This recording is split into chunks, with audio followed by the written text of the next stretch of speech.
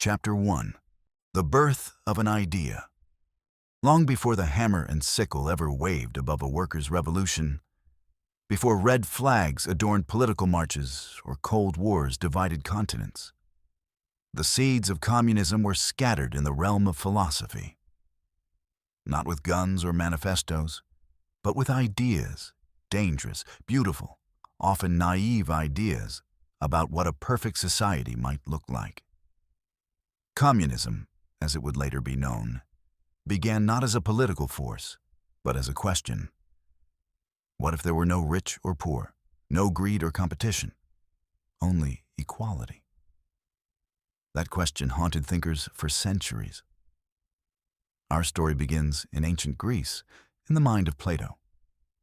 In his work, The Republic, written around 375 BCE, Plato envisioned an ideal society ruled not by kings or warlords, but by philosopher kings, wise, rational leaders, untempted by wealth or power.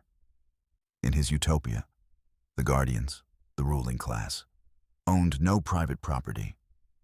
They lived communally, shared their possessions, and even raised their children in common, all to eliminate the corrupting influence of personal ambition. To modern ears, it sounds eerily familiar. A classless elite, property abolished, the individual dissolved into the collective. But Plato wasn't trying to spark revolution. He was theorizing justice. Still, his vision of a harmonious, controlled society would echo through the centuries and inspire radicals far beyond the walls of Athens. Centuries later, in 1516, another bold vision emerged, this time from a quiet Englishman named Thomas More. His book was titled Utopia, a name that would come to symbolize dreams of perfect societies, and ironically, unattainable ones. More's fictional island was governed by reason. There was no private property, no money-changing hands in markets. Everyone worked 6 hours a day, and all goods were stored in communal warehouses. Greed was unknown, and gold, that glittering symbol of wealth, was used only to make chamber pots and chains for criminals. To More, this was satire, perhaps a critique of English society more than a genuine proposal. But to later revolutionaries, Utopia was a blueprint, not a joke. The idea that poverty and crime might vanish if only we abolished property was intoxicating. The fuse was lit. Then came the French Revolution, and suddenly Utopia wasn't just ink on parchment, it was action in the streets. In 1789, the people of France rose against their king, their clergy, their nobles. They tore down the old order with guillotines and fiery rhetoric, shouting liberté, égalité, fraternité, liberty, equality, fraternity. It was the Enlightenment unchained. For the first time, ordinary people were told they could reshape society, not just suffer through it. Thinkers like Rousseau had planted the idea that man was born free, and that inequality was a disease of civilization. Now, radicals believed that society could be rebuilt from scratch, rationally, logically, perfectly. But as blood ran in the streets of Paris and head fell into baskets, the dream darkened. The revolution that had begun with noble ideas descended into terror. Still, the notion survived, that human beings, if freed from oppression and re-educated by reason, could live in harmony. And from this furnace emerged a new breed of thinker, not just philosophers, but social architects. They didn't just dream of better worlds. They sketched blueprints. Among them was Claude-Henri de Saint-Simon, a French aristocrat who rejected his class and imagined a future led not by kings, but by scientists and engineers. Society, he argued, should be organized like a machine, where everyone had a function and hierarchy was based on merit, not birth. He believed that the industrial age could end poverty if only its engines served the common good.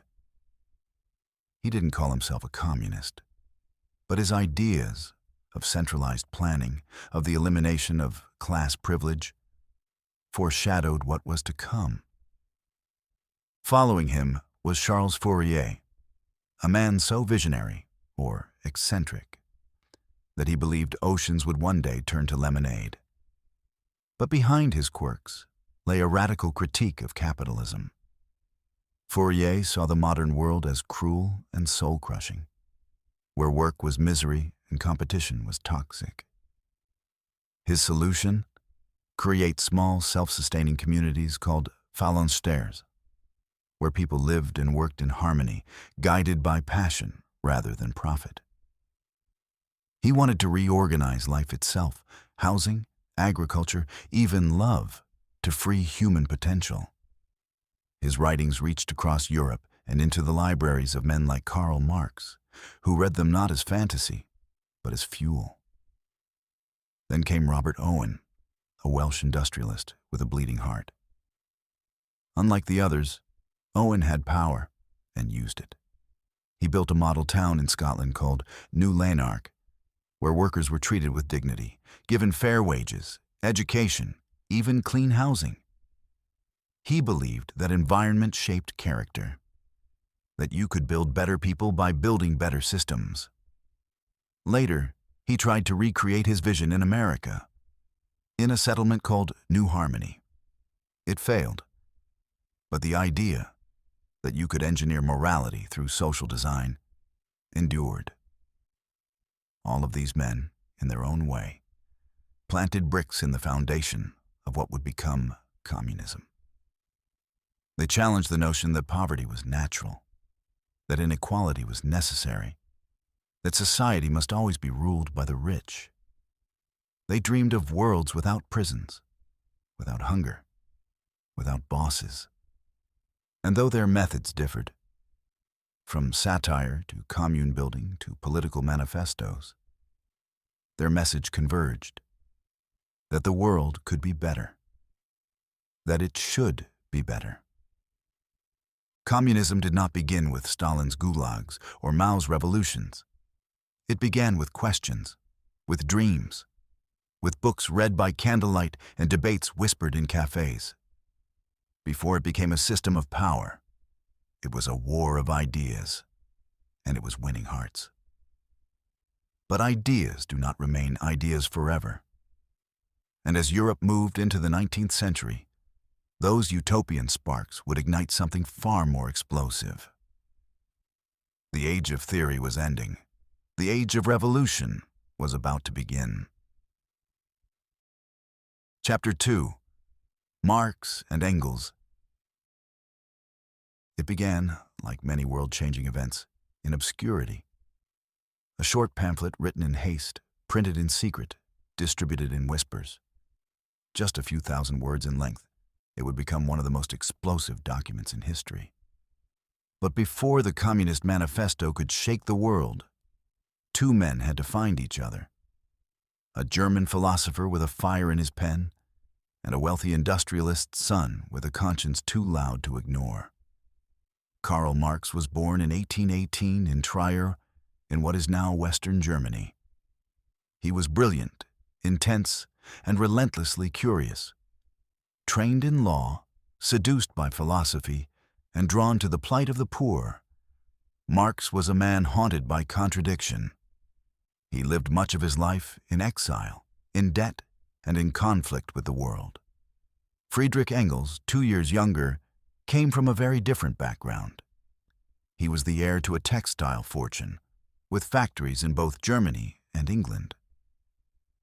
But when Engels walked through the slums of Manchester and saw the broken bodies and blank stares of workers crushed by industrial life, something shifted. The comfort of his class turned sour in his mouth. They met in Paris in 1844. What followed was not just a friendship, but a fusion, a collision of minds that produced an idea more radical than either had imagined alone. Marx brought the philosophy. Engels brought the data. Together, they would build a weapon, not of steel or fire, but of thought. And in 1848, that weapon was published under the name Manifest der Kommunistischen Partei, the Communist Manifesto. The timing could not have been more dramatic. That same year, revolution swept across Europe like a fever. In France, Germany, Italy, and Austria, crowds filled the streets, monarchies trembled, and barricades rose overnight. Amid this chaos, the manifesto appeared. Its opening line was not just provocative, it was prophetic. A specter is haunting Europe, the specter of communism. It was unlike anything the world had read before. Not a dry philosophical treatise, not a utopian fantasy, but a battle cry. The manifesto declared that all of human history was a history of class struggle. From slaves and masters, lords and serfs, to capitalists and workers, every society had been built on domination. The bourgeoisie, the rising capitalist class, had overthrown feudalism, torn down old hierarchies, and built the modern world. But in doing so, they had also created their own gravediggers, the proletariat, the working class. Marx and Engels painted capitalism as a system that devoured everything: tradition, culture, family, even the soul, in the name of profit. All that is solid melts into air, they wrote. Capitalism was revolutionary in its own right, but it was also unstable. It produced crises, inequality, and alienation. The worker, they argued, had become a commodity, bought and sold like coal or iron, stripped of agency and meaning. The cure, they said, was not reform. It was revolution. The manifesto did not mince words. The history of all hitherto existing society, it thundered, is the history of class struggles. In place of exploitation, Marx and Engels proposed a radical reordering of society. Abolish private property. End the inheritance of wealth. Nationalize banks, communication, and transport. Provide free education for all. Eventually, they envisioned the dissolution of the state itself. A world without classes, without money, without oppression. It was, to many, intoxicating. To others, terrifying. At the core of their theory lay a concept called historical materialism. It was a new lens for viewing the world, one that placed economics, not ideas, at the center of history. According to Marx, it wasn't the heavens or heroes that moved civilizations, but the cold logic of production and labor. Material conditions shaped society. And when those conditions changed, when, say, the steam engine arrived or the factory replaced the farm, social structures had to change with them. The ruling class never gave up power willingly. The old order would always resist. But history, Marx believed, had a direction, and it pointed toward revolution. His critique of capitalism was not that it had failed, but that it had succeeded too well. Capitalism had unlocked unprecedented productivity, global trade, and technological advance. But it had also concentrated wealth into fewer and fewer hands, turned workers into cogs, and created a system that could never satisfy human need. Only market demand. The more it succeeded, the more it consumed. The more it grew, the more it threatened to implode. Across Europe, and eventually across the Atlantic, the ideas spread like wildfire, or like a disease, depending on who you asked. In Germany, Marx was exiled. In France, radicals were arrested. In Britain, the ruling class scoffed publicly, but watched nervously in private. In the United States, where capitalism was still young and booming, the manifesto was more curiosity than threat, for now. But the industrialists in New York and the railroad barons in Chicago read the same headlines: strikes, riots, unions, and they began to wonder whether the specter that haunted Europe might one day cross the sea. Reactions to Marx and Engels ranged from fascination to fury. Some dismissed them as dreamers, others saw them as monsters, but no one could ignore them. Even critics admitted the manifesto had power, not just in what it said, but in how it said it. Its language was urgent, vivid, and unapologetic. It didn't ask for justice, it demanded it. It didn't plead, it promised. And it ended with a thunderclap. Workers of the world, unite. You have nothing to lose but your chains, but the world they called upon did not yet respond. The revolutions of 1848 were crushed. Monarchs returned. Order was restored. The manifesto was shelved, censored, forgotten by many. Marx went into exile in London. Engels returned to managing the family factory, using his salary to support Marx's writing. Years passed. Decades. And yet, beneath the surface, the idea grew. Workers began to organize. Unions were formed. Socialist parties emerged across Europe. The manifesto was translated, debated, banned, and reprinted. It became a guidebook, a warning, a sacred text, depending on who held it. By the end of the 19th century, it was no longer just a manifesto. It was a prophecy waiting to be fulfilled. And in the turbulent years ahead, others would rise to carry its torch, through revolutions, through wars, through blood and fire. The specter had spoken. The world would never be the same. Chapter 3. Communism before the Revolution. The fires of 1848 burned brightly and briefly. In Paris, Vienna, Berlin, Milan, and dozens of other cities across Europe, people rose up. They toppled kings, declared republics, wrote constitutions, and filled the air with a scent of revolution.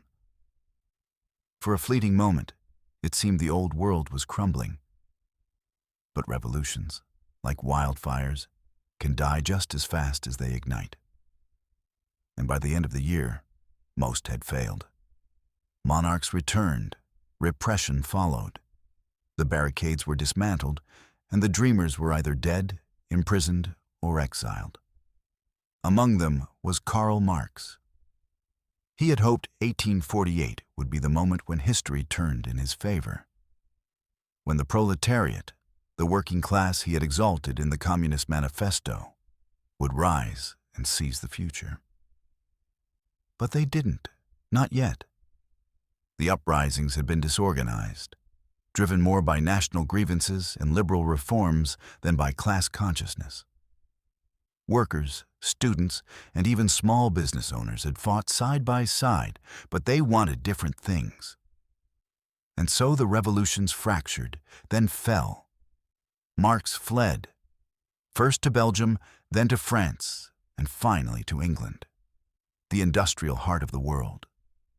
In London, he would live the rest of his life in relative obscurity, haunted by poverty, surrounded by books, and consumed by a single mission: to finish the theory. If the Communist Manifesto had been a call to arms, his next project would be something colder, heavier, a weapon of analysis. It would be called Das Kapital.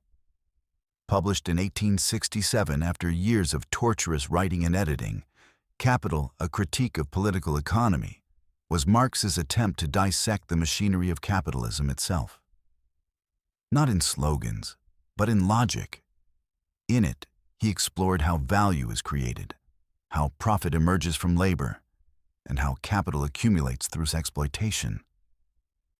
He described how workers produce more value than they are paid for, surplus value, and how this gap, this theft at the heart of the system, fuels everything. He mapped the cycles of boom and bust, the relentless need for growth, and the inevitable concentration of wealth in fewer and fewer hands. But Das Kapital wasn't a bestseller. It was dense, philosophical, mathematical, a far cry from the fiery tone of the manifesto. Most readers struggled through it. Many gave up. Yet for those who persisted, it offered something profound, a theory of history rooted not in morality, but in material conditions. Capitalism, Marx argued, wasn't evil because it was unfair. It was doomed because it was unstable. And just as feudalism had given way to capitalism, capitalism too would collapse under its own contradictions. Marx had traded the battlefield for the library. But the war hadn't ended. It had simply changed fronts. In the decades that followed, industrialization swept across Europe like a storm. Cities exploded with growth. Smoke filled the skies.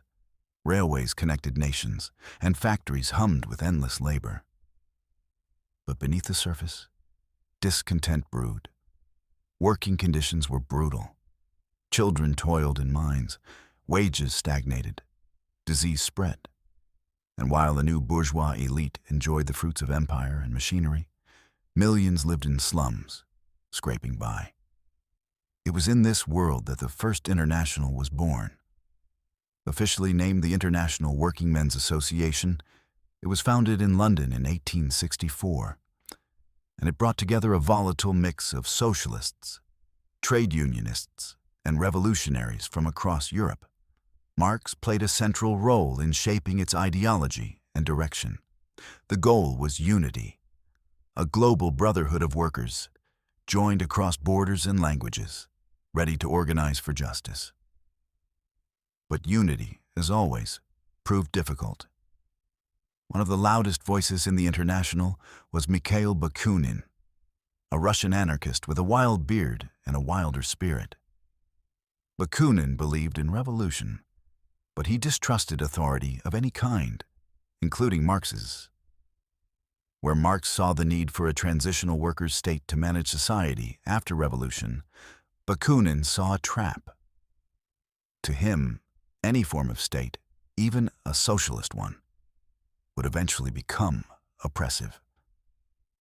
Power, he argued, corrupts, and no one should wield it over others. He wanted spontaneous uprisings, decentralized communes, and immediate abolition of the state and church. Marx, ever the strategist, saw this as chaos dressed in idealism. The two men clashed bitterly. Their letters turned into polemics. Their debates tore meetings apart.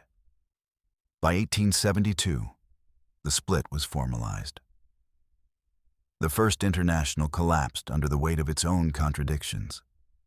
The workers of the world were not united. They were arguing. But even as the movement fractured, the spark remained. In Germany, socialist parties grew rapidly. In France, exiled radicals plotted. In Britain, trade unions gained legal recognition.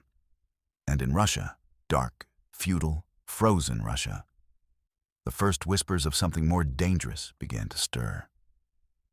While Western Europe raced into modernity, Russia remained a vast and backward empire. Tsars ruled with absolute power. Serfs, essentially peasants bound to the land, made up the majority of the population until 1861, when emancipation came. Not as liberation, but as confusion. The old system was gone, but no new one replaced it.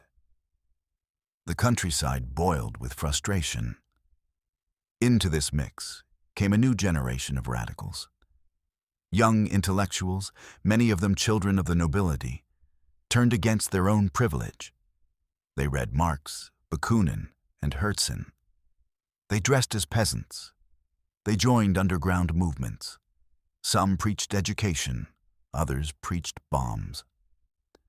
By the 1870s, groups like Narodnaya Volya, the People's Will, had turned to terrorism. In 1881, they assassinated Tsar Alexander II with a bomb. It shocked the world. But instead of revolution, it triggered repression. Arrests, executions, exile to Siberia. Still, the embers smoldered. Marx saw in Russia both promise and peril. On one hand, the working class there was tiny, the industrial base weak. Revolution, by his theory, was supposed to happen in advanced capitalist nations first. But on the other hand, the sheer brutality of the Tsarist regime and the depth of peasant suffering made it a powder keg. Marx died in 1883, buried in a modest grave in London. Engels would outlive him by 12 years, working tirelessly to compile and publish the remaining volumes of Das Kapital. Neither man would live to see the revolution they predicted. But they had lit the fuse. The red sparks were everywhere now. In the factories of Berlin, the mines of Wales, the slums of St. Petersburg, the pamphlets smuggled in boots and barrels. The theory had taken root. The movement had fractured, evolved, and hardened. And though the century was drawing to a close, something older was dying. The age of empires, the age of kings. The world was changing, and soon one empire would fall, and with it, the spark would become a flame. Chapter 4. The Russian Revolution of 1917.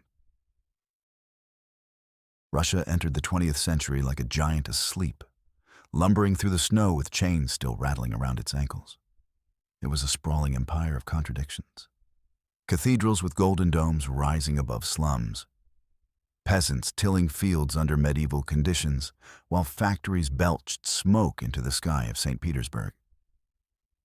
The Tsar ruled with the authority of a god. Yet his regime was brittle and anxious, sensing the tremors of modernity beneath its feet. By 1914, those tremors became an earthquake. The First World War erupted, and Russia, unprepared but bound by alliances and ambition, plunged into the carnage. The war was a catastrophe. Millions of Russian soldiers were sent to the front lines with poor equipment, often without rifles, facing German artillery and machine guns. Casualties mounted at a staggering rate. At home, food shortages became famines. Bread lines stretched for blocks, prices soared, corruption and incompetence rotted the government from within. In the trenches, soldiers muttered about desertion. In the cities, workers whispered of strikes. And in the countryside, peasants dreamed of land reform long promised but never delivered. By 1917, the empire was cracking. In February of that year, the pressure burst. Protests erupted in Petrograd, the renamed St. Petersburg, over food shortages and war exhaustion. Striking workers joined marching women. Soldiers sent to suppress them refused orders and defected. The Tsar abdicated, ending 3 centuries of Romanov rule. Power fell into the hands of a shaky provisional government. Led by liberals and moderate socialists, they promised elections, reforms, and freedom.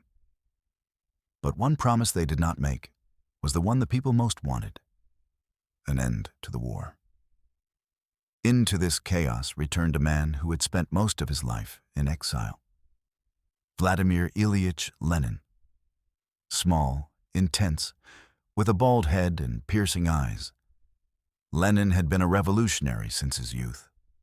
He had studied Marx's writings like a general studies battle maps, adapting theory to Russia's unique conditions. Where Marx had envisioned revolution in industrial nations, Lenin argued that a disciplined vanguard of professional revolutionaries could spark it even in a semi-feudal empire. For years he had written, organized, and plotted from abroad. Now, the moment he had awaited had arrived. Arriving at the Finland station in Petrograd in April 1917, Lenin issued his April Theses, a direct challenge to the provisional government and even to his fellow socialists. No compromise, no support for the war, no delay.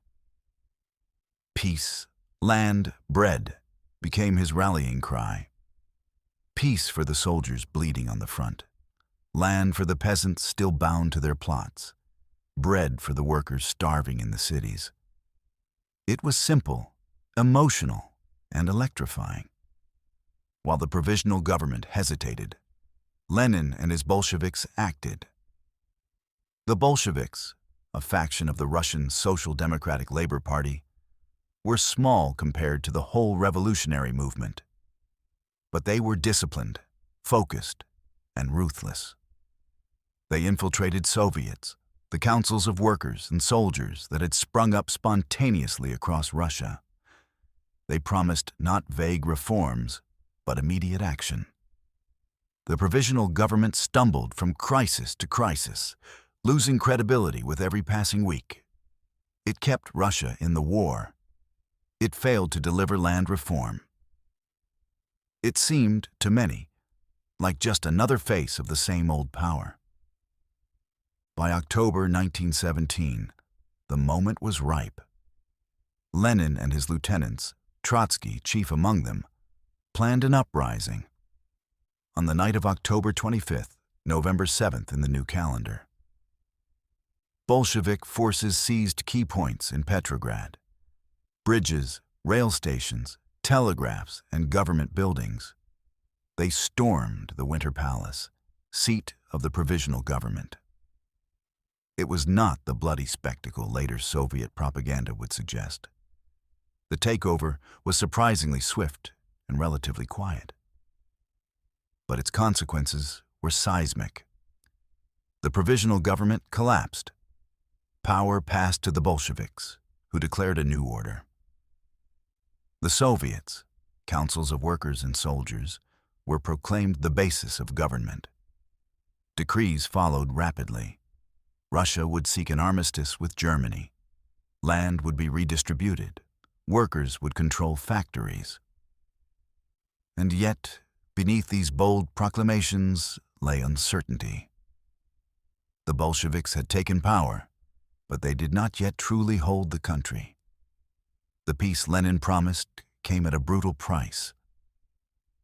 In March 1918, the new Soviet government signed the Treaty of Brest-Litovsk with Germany, surrendering vast swathes of territory. Ukraine, Poland, the Baltic states. Many Russians saw it as a humiliation, but for Lenin, it was survival. Russia was exhausted. The revolution needed time to consolidate before facing external enemies. At home, power was no less contested. Opponents of the Bolsheviks, monarchists, liberals, moderate socialists, and foreign powers, rallied into the White Army. The Bolsheviks, now known as the Reds, mobilized their own forces. From 1918 to 1921, Russia descended into a savage civil war. Entire regions became battlefields.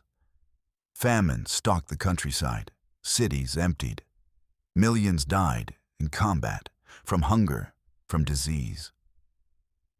The Russian Civil War was not a single conflict, but a whirlwind of shifting fronts and alliances, with foreign armies intervening and peasant uprisings flaring. The Bolsheviks fought not only with guns, but with terror. The Cheka, their secret police, carried out mass arrests, executions, and suppression of dissent. Hostages were taken. Entire communities were punished for resistance. This period became known as the Red Terror.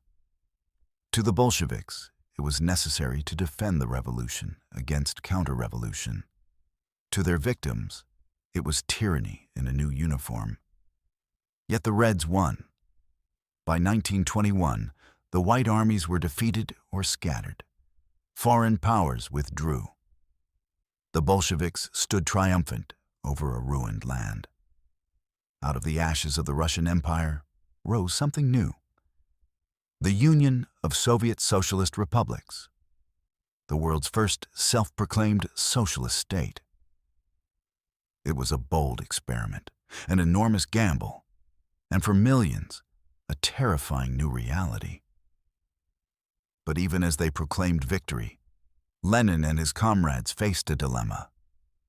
The revolution had been made in the name of the workers, yet the working class was decimated. The economy was in ruins.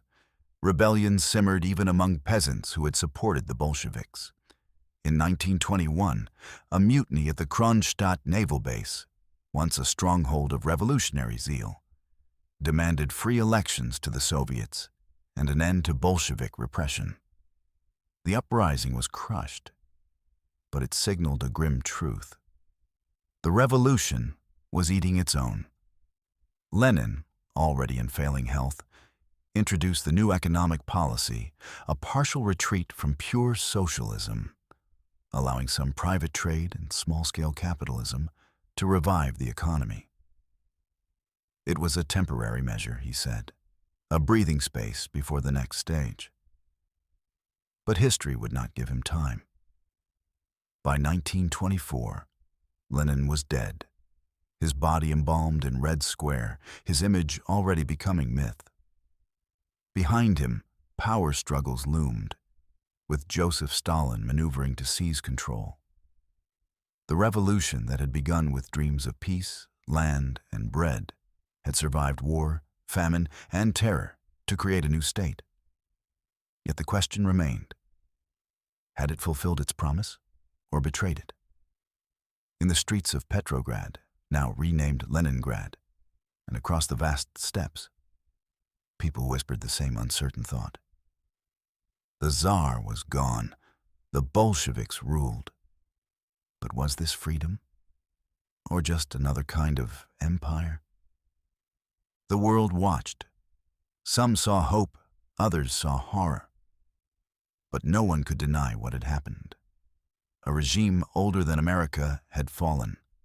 A new order had arisen, and with it, the 20th century, the age of ideologies, had truly begun. Chapter 5. Stalin. When Vladimir Lenin died in 1924, the revolution stood at a crossroads. The man who had lit the fuse was gone, and the question of who would carry the flame or extinguish it now hovered over the Soviet Union. Many expected Leon Trotsky, the brilliant orator and architect of the Red Army, to take Lenin's place. He had charisma, intellect, and revolutionary credentials. But power, especially in revolutionary regimes, does not always go to the loudest voice. Sometimes it goes to the quietest, the one who waits, watches, and strikes. Joseph Stalin was not a man who inspired much awe in 1924. Short, pockmarked from childhood smallpox, with a stiff left arm and a quiet demeanor, he was underestimated by nearly everyone around him.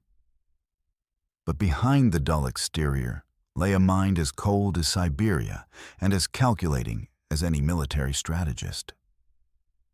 He had risen through the ranks not through ideology or vision, but through organization.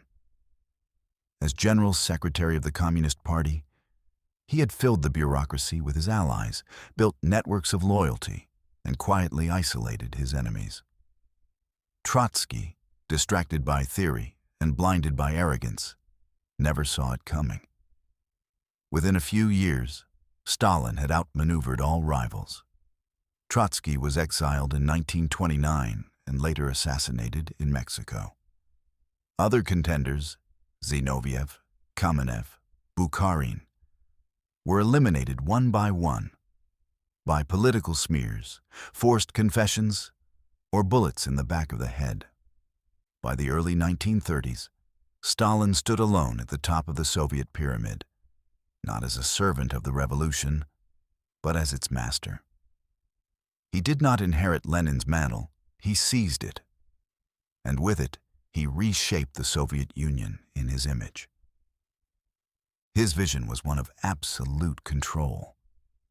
The chaos of the 1920s, the economic collapse, the rebellion, the compromise of the new economic policy, had to end. The USSR would not stumble into modernity. It would be dragged there. In 1928, Stalin launched the first of his 5-year plans, a sweeping program to industrialize the Soviet economy at breakneck speed. Steel, coal, electricity. Production targets were set at impossible levels. Gigantic factories rose from the mud, railways pushed into the wilderness. Whole cities appeared in places that had never known concrete. But the cost was staggering. To fund his industrial dreams, Stalin turned to the countryside. Grain would be extracted at any price. Private farming was abolished, and peasants were forced into collective farms, vast state-run enterprises where individual ownership vanished.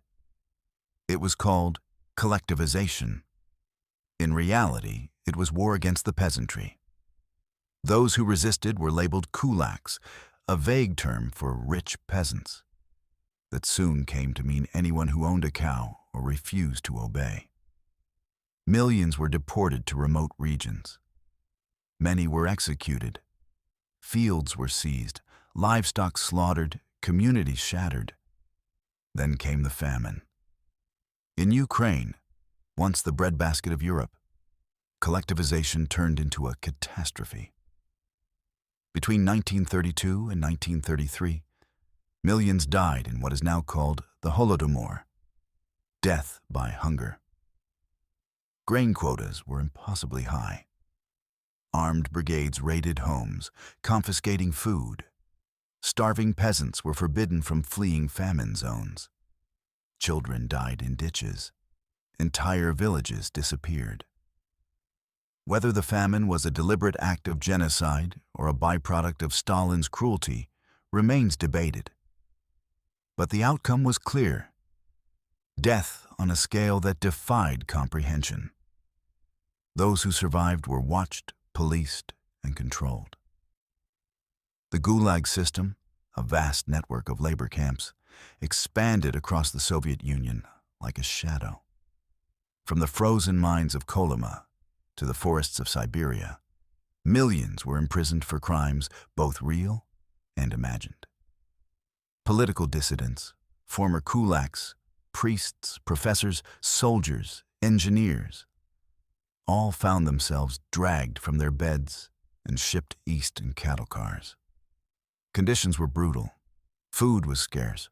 Guards were ruthless. Prisoners worked until they collapsed. And if they survived, they were often never seen again.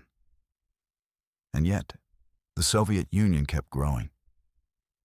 In the midst of terror, cities sparkled with new electric lights. The Moscow metro gleamed like a palace underground. Aircraft rolled off assembly lines. Tanks rumbled through Red Square in parades that boasted power to the world. Illiteracy plummeted. Women entered the workforce in unprecedented numbers. Soviet science, sports, and culture flourished, carefully curated to serve the state. It was a nation of contrasts, modern and medieval, industrial and inhumane. The USSR was becoming an industrial powerhouse, but it was also becoming a prison state, a machine built to serve Stalin's will. And still, it wasn't enough. In the late 1930s, Stalin turned inward again. Paranoia had become policy. He saw enemies everywhere, in the party, the military, the intelligentsia. And so began the Great Purge. The NKVD, Stalin's secret police, drew up lists. Thousands were arrested in the dead of night, tortured until they confessed to impossible crimes, then shot or sent to the Gulag.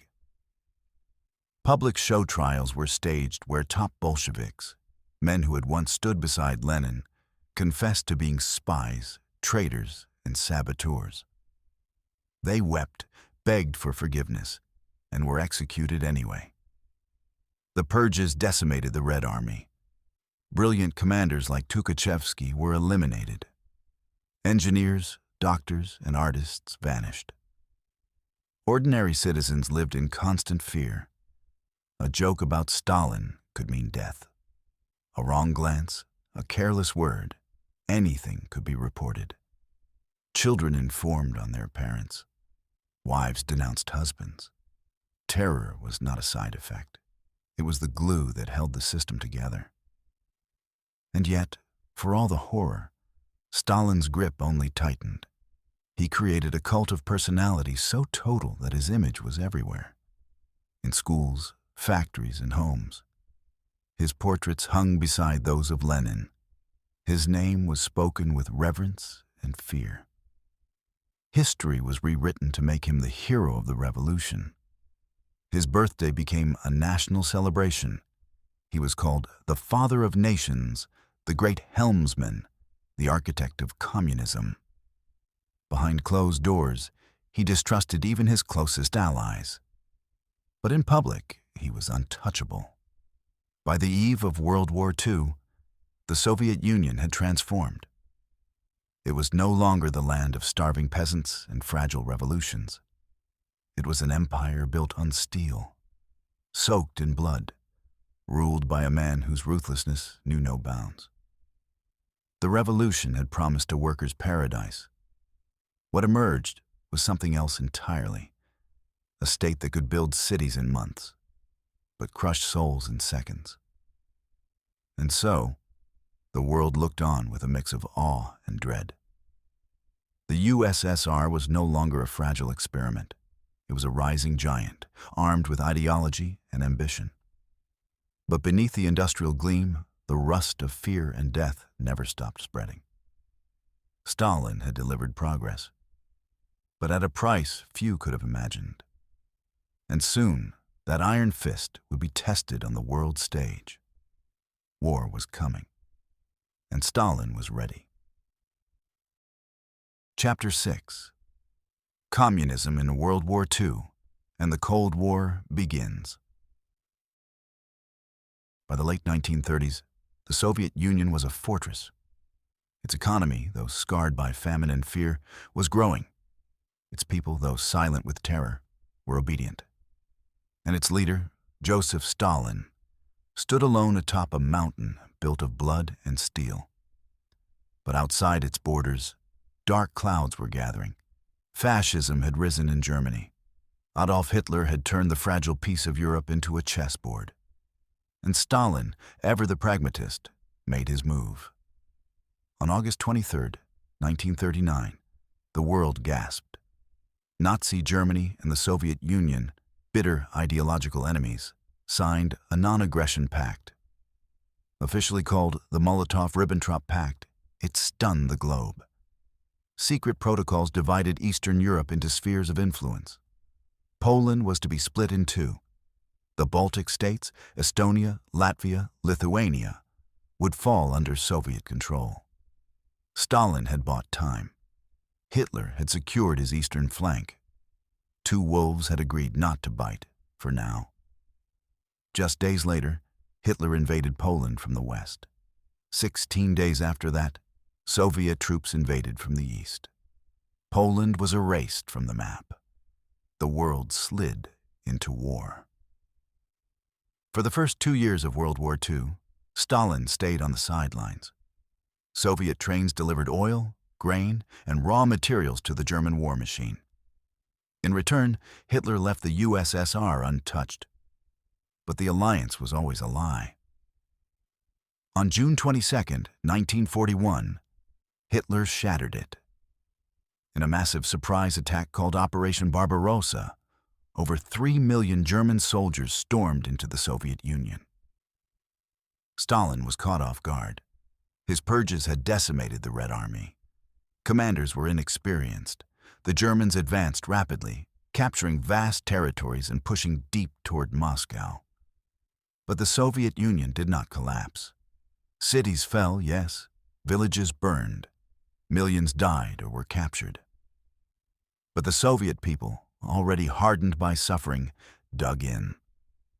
In Leningrad, citizens endured a siege that lasted nearly 900 days, surviving on scraps, eating glue, even turning to cannibalism.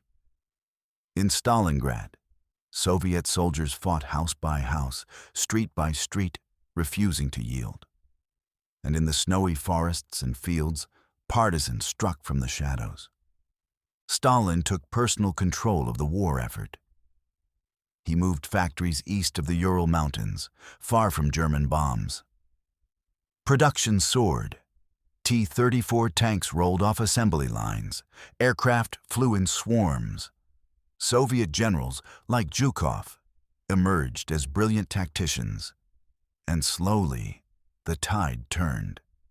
In 1943, the Red Army won a decisive victory at Stalingrad. It was the first time the Nazis had been stopped and pushed back. Then came Kursk, the largest tank battle in history, and another Soviet victory. From that point on, the Red Army rolled westward, reclaiming territory, liberating cities, and eventually driving all the way to Berlin. When the war ended in 1945, it was the Soviet flag, not the American or British one, that flew over Hitler's bunker. But the victory came at a cost almost beyond belief. The Soviet Union lost an estimated 27 million people, more than any other nation. Cities lay in ruins. Villages had been erased. Entire generations of men had vanished. The West had fought bravely, but it was the Soviets who bore the brunt of the Nazi war machine and broke it. And yet, peace brought not relief, but tension. The wartime alliance between the USSR and the West was always one of necessity, not trust. With Hitler gone, the cracks became chasms. The two great powers, the Soviet Union and the United States, had survived the war, but now faced each other with suspicion, ambition, and incompatible ideologies. Stalin had no intention of relinquishing the territory his armies had liberated or occupied. As the Red Army marched through Eastern Europe, it did not leave. Instead, Soviet-backed communist governments were installed in Poland, Hungary, Czechoslovakia, Romania, Bulgaria, and East Germany. Free elections were promised, but never held. Opponents were jailed, media was censored, borders were sealed. Stalin called it security. The West called it conquest. Winston Churchill, in a famous 1946 speech, gave the growing divide a name: the Iron Curtain. From Stettin in the Baltic to Trieste in the Adriatic, he said, an iron curtain has descended across the continent. Behind it lay nations not truly free, governed from Moscow, their sovereignty a facade. The United States, once eager to return to isolationism, now saw a new threat rising. Communism was no longer just an idea in books. It was a military power with tanks, missiles, and millions of troops, and it was expanding.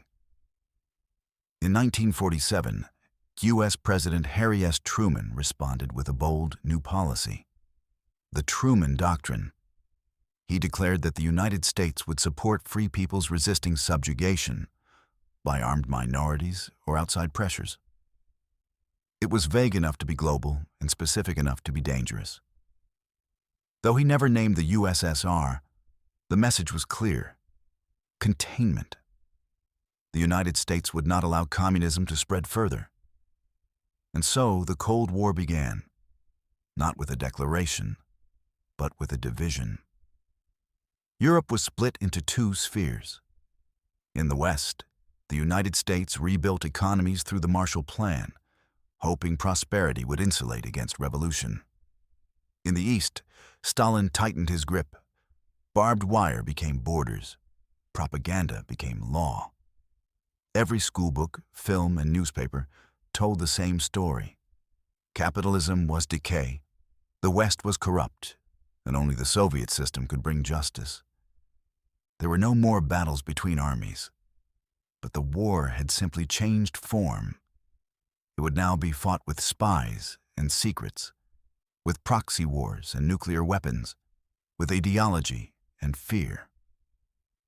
Two systems, two visions of the future, locked in a struggle that would last nearly half a century. And at the heart of it was the contradiction that defined the Soviet Union itself. It had defeated fascism, liberated half of Europe, and risen from the ashes of war as a superpower. But it had also crushed freedom, exported tyranny, and imprisoned millions behind its own iron walls. Red versus blue, East versus West, communism versus capitalism. The world was now a battlefield of belief. And the next chapters would be written not in blood, but in silence, smoke, and shadows. Chapter 7. Mao's China. While Stalin's Soviet Union was cementing its place as the Eastern world's iron giant, another revolution was brewing further east, one that would soon rival Moscow in both ideology and ambition. China, vast and fractured, had spent the first half of the 20th century in chaos. Warlordism, civil war, Japanese invasion, and corruption had hollowed out the old imperial core. But in the countryside, far from the decaying palaces of nationalist generals, a movement was growing. At its center stood a man who would remake China, not gently, not slowly, but with fire and force. His name was Mao Zedong. Born in 1893 to a prosperous peasant family, Mao was shaped by rebellion. He studied Marxism, but filtered it through a uniquely Chinese lens. While Marx and Lenin believed the urban working class would spark revolution, Mao looked to the peasants, the hundreds of millions who toiled in the fields under centuries of oppression. He believed they, not factory workers, were the true revolutionary force in China. It was an insight that would define his rise and the path of Chinese communism. After years of guerrilla warfare and political maneuvering, Mao's Communist Party emerged from the brutal Chinese Civil War victorious. In 1949, the nationalists, led by Chiang Kai-shek, fled to Taiwan. And on October 1st, from Tiananmen Square, Mao proclaimed the founding of the People's Republic of China. Red flags were raised, statues of Mao were erected. The world's most populous nation had turned communist. The East had risen. At first, Mao moved carefully. Land was redistributed from landlords to peasants. Foreign businesses were nationalized. Literacy campaigns swept through villages. Public health initiatives brought basic care to places that had never known doctors. China, long humiliated by colonial powers, began to stand tall again. But Mao was not interested in slow reform. He was not a manager. He was a revolutionary. And revolutions, in his eyes, must never rest. In 1958, he launched the Great Leap Forward, a campaign to catapult China into modernity, to outproduce the West, and to do it all in record time. The plan was ambitious, fantastical, and catastrophically flawed. Communes were established in the countryside, combining villages into massive collective units. Private farming was banned. Families ate in communal kitchens. Tools, animals, even cooking pots were declared state property. Steel production became a national obsession. Backyard furnaces were erected in every village, where peasants melted down pots and pans in an attempt to match Britain's output. The result was useless scrap metal. Meanwhile, agricultural targets were inflated by terrified local officials desperate to appease Mao. Grain that didn't exist was reported as harvested. The state requisitioned this imaginary surplus, leaving villages with nothing. Fields lay fallow, labor diverted to steel, while bureaucrats boasted of abundance. What followed was one of the deadliest famines in human history. Between 1959 and 1962, an estimated 30 million people died. Some scholars believe the number may be even higher. Starving families ate bark, dirt, and even one another. Cannibalism, long thought buried in ancient memory, returned in secret. In villages where hundreds once lived, only a few survived. All the while, the government denied the crisis. Foreign aid was refused. Discussion was forbidden. To speak of hunger was to betray the revolution. Mao, confronted with the scale of the disaster, briefly stepped back from direct leadership.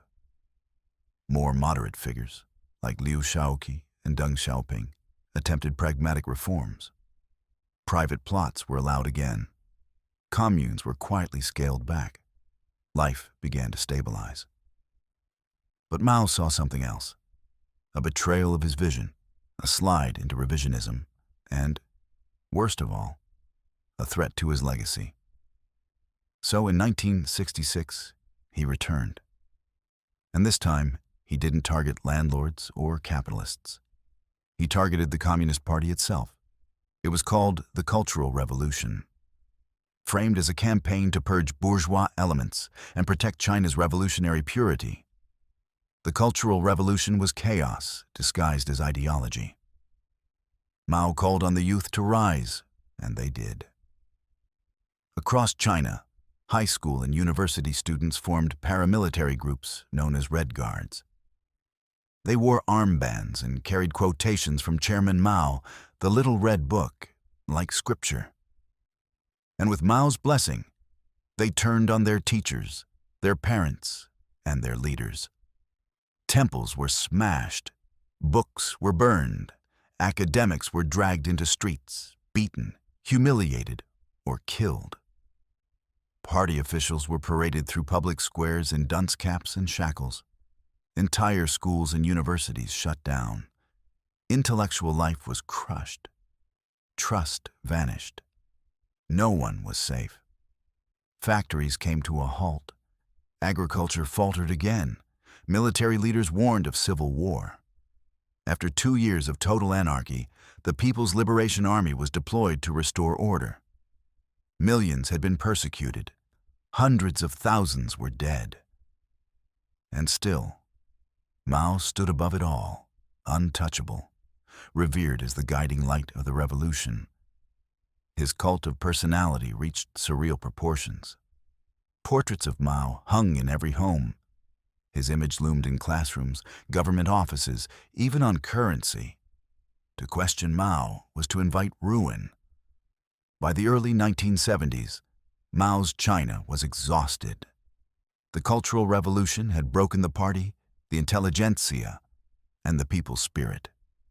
Internationally, China was isolated, having split with the Soviet Union over ideological and territorial disputes. But in a surprising turn, Mao opened a door to the West. In 1972, U.S. President Richard Nixon visited Beijing. The two nations, once enemies, shook hands.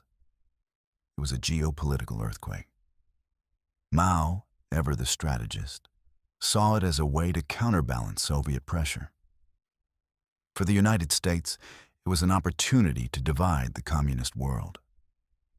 By the time Mao died in 1976, China was a nation transformed and traumatized. He had liberated it from colonial humiliation, unified it after decades of war, and turned it into a global power.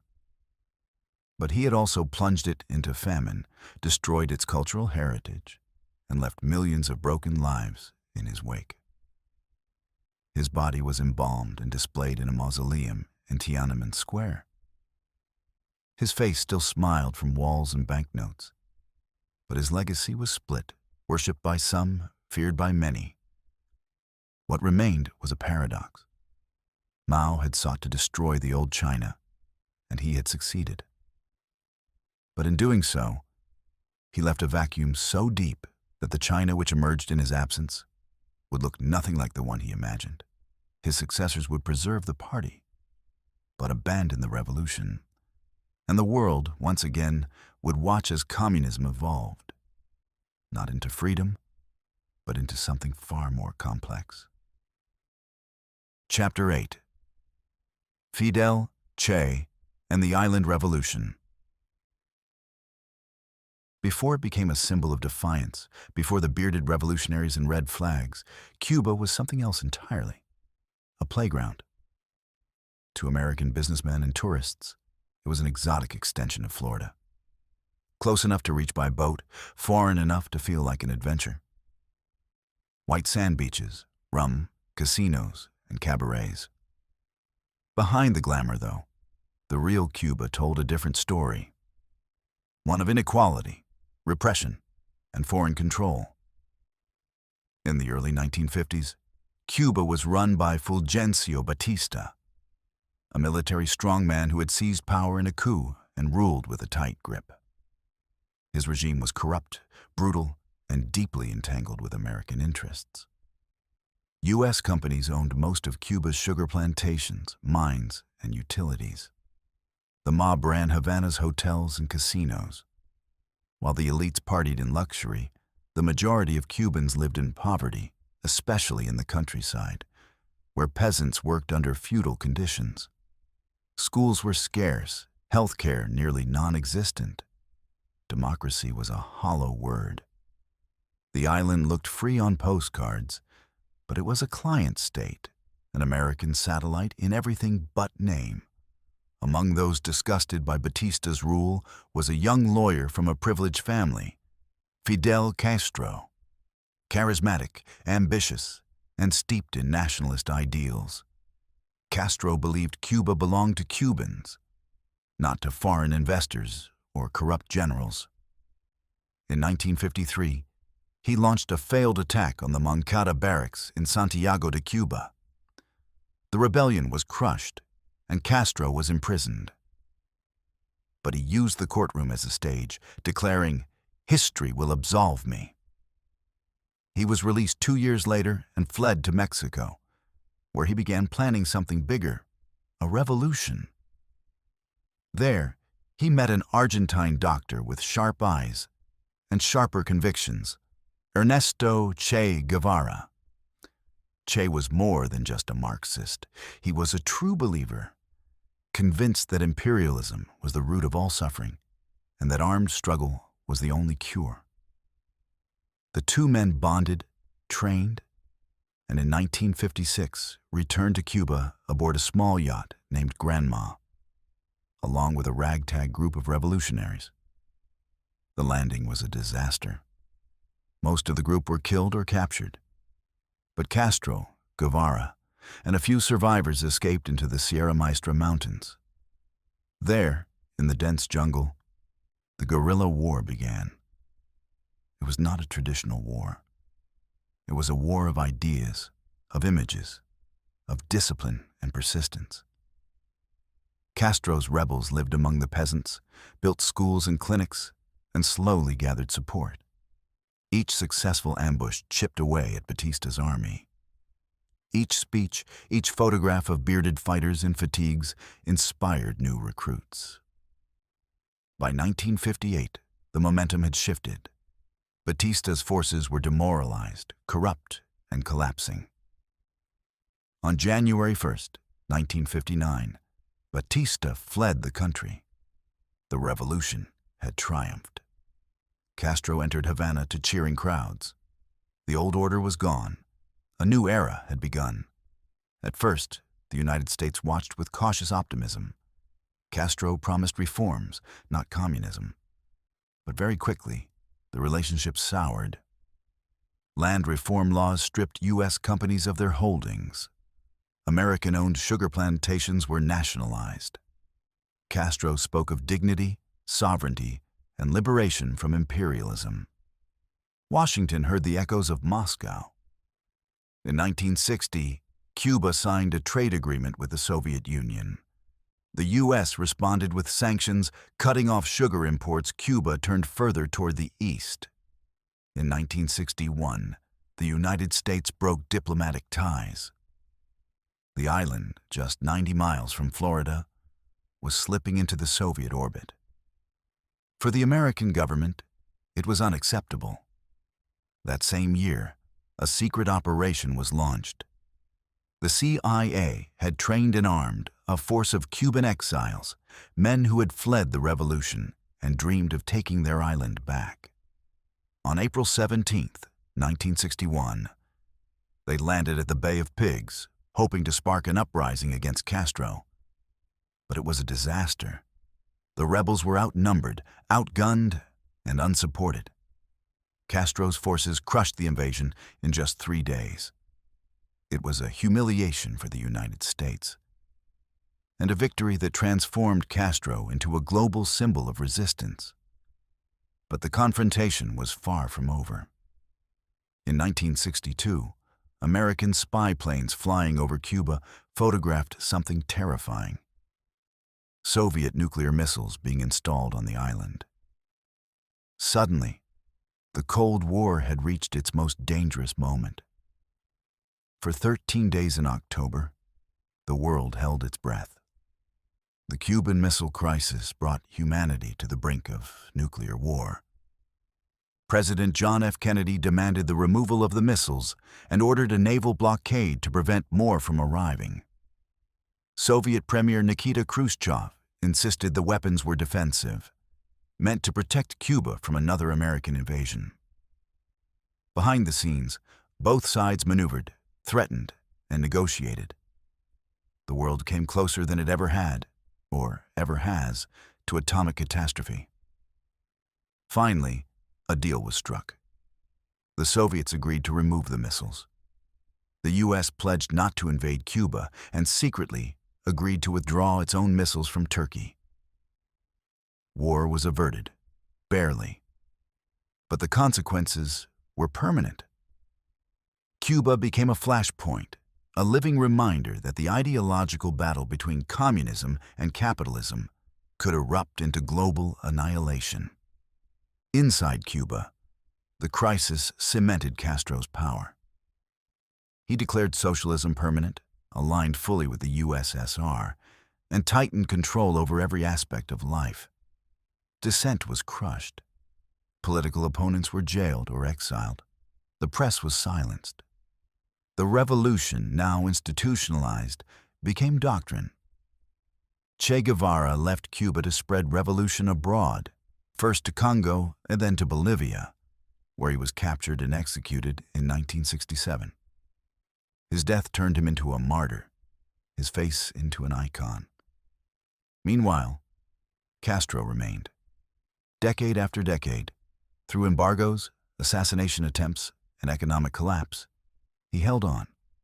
Schools improved, healthcare became universal, illiteracy plummeted. But the economy stagnated, innovation lagged, and freedom disappeared. For many, Cuba became a land of contradictions, of pride and oppression, resilience and repression. To some, Fidel was a tyrant in fatigues, a dictator who silenced critics and turned an island into a prison. To others, he was a revolutionary giant who stood up to empires and gave voice to the global South. What cannot be denied is his impact. A single man on a small island had forced the world's superpowers to blink.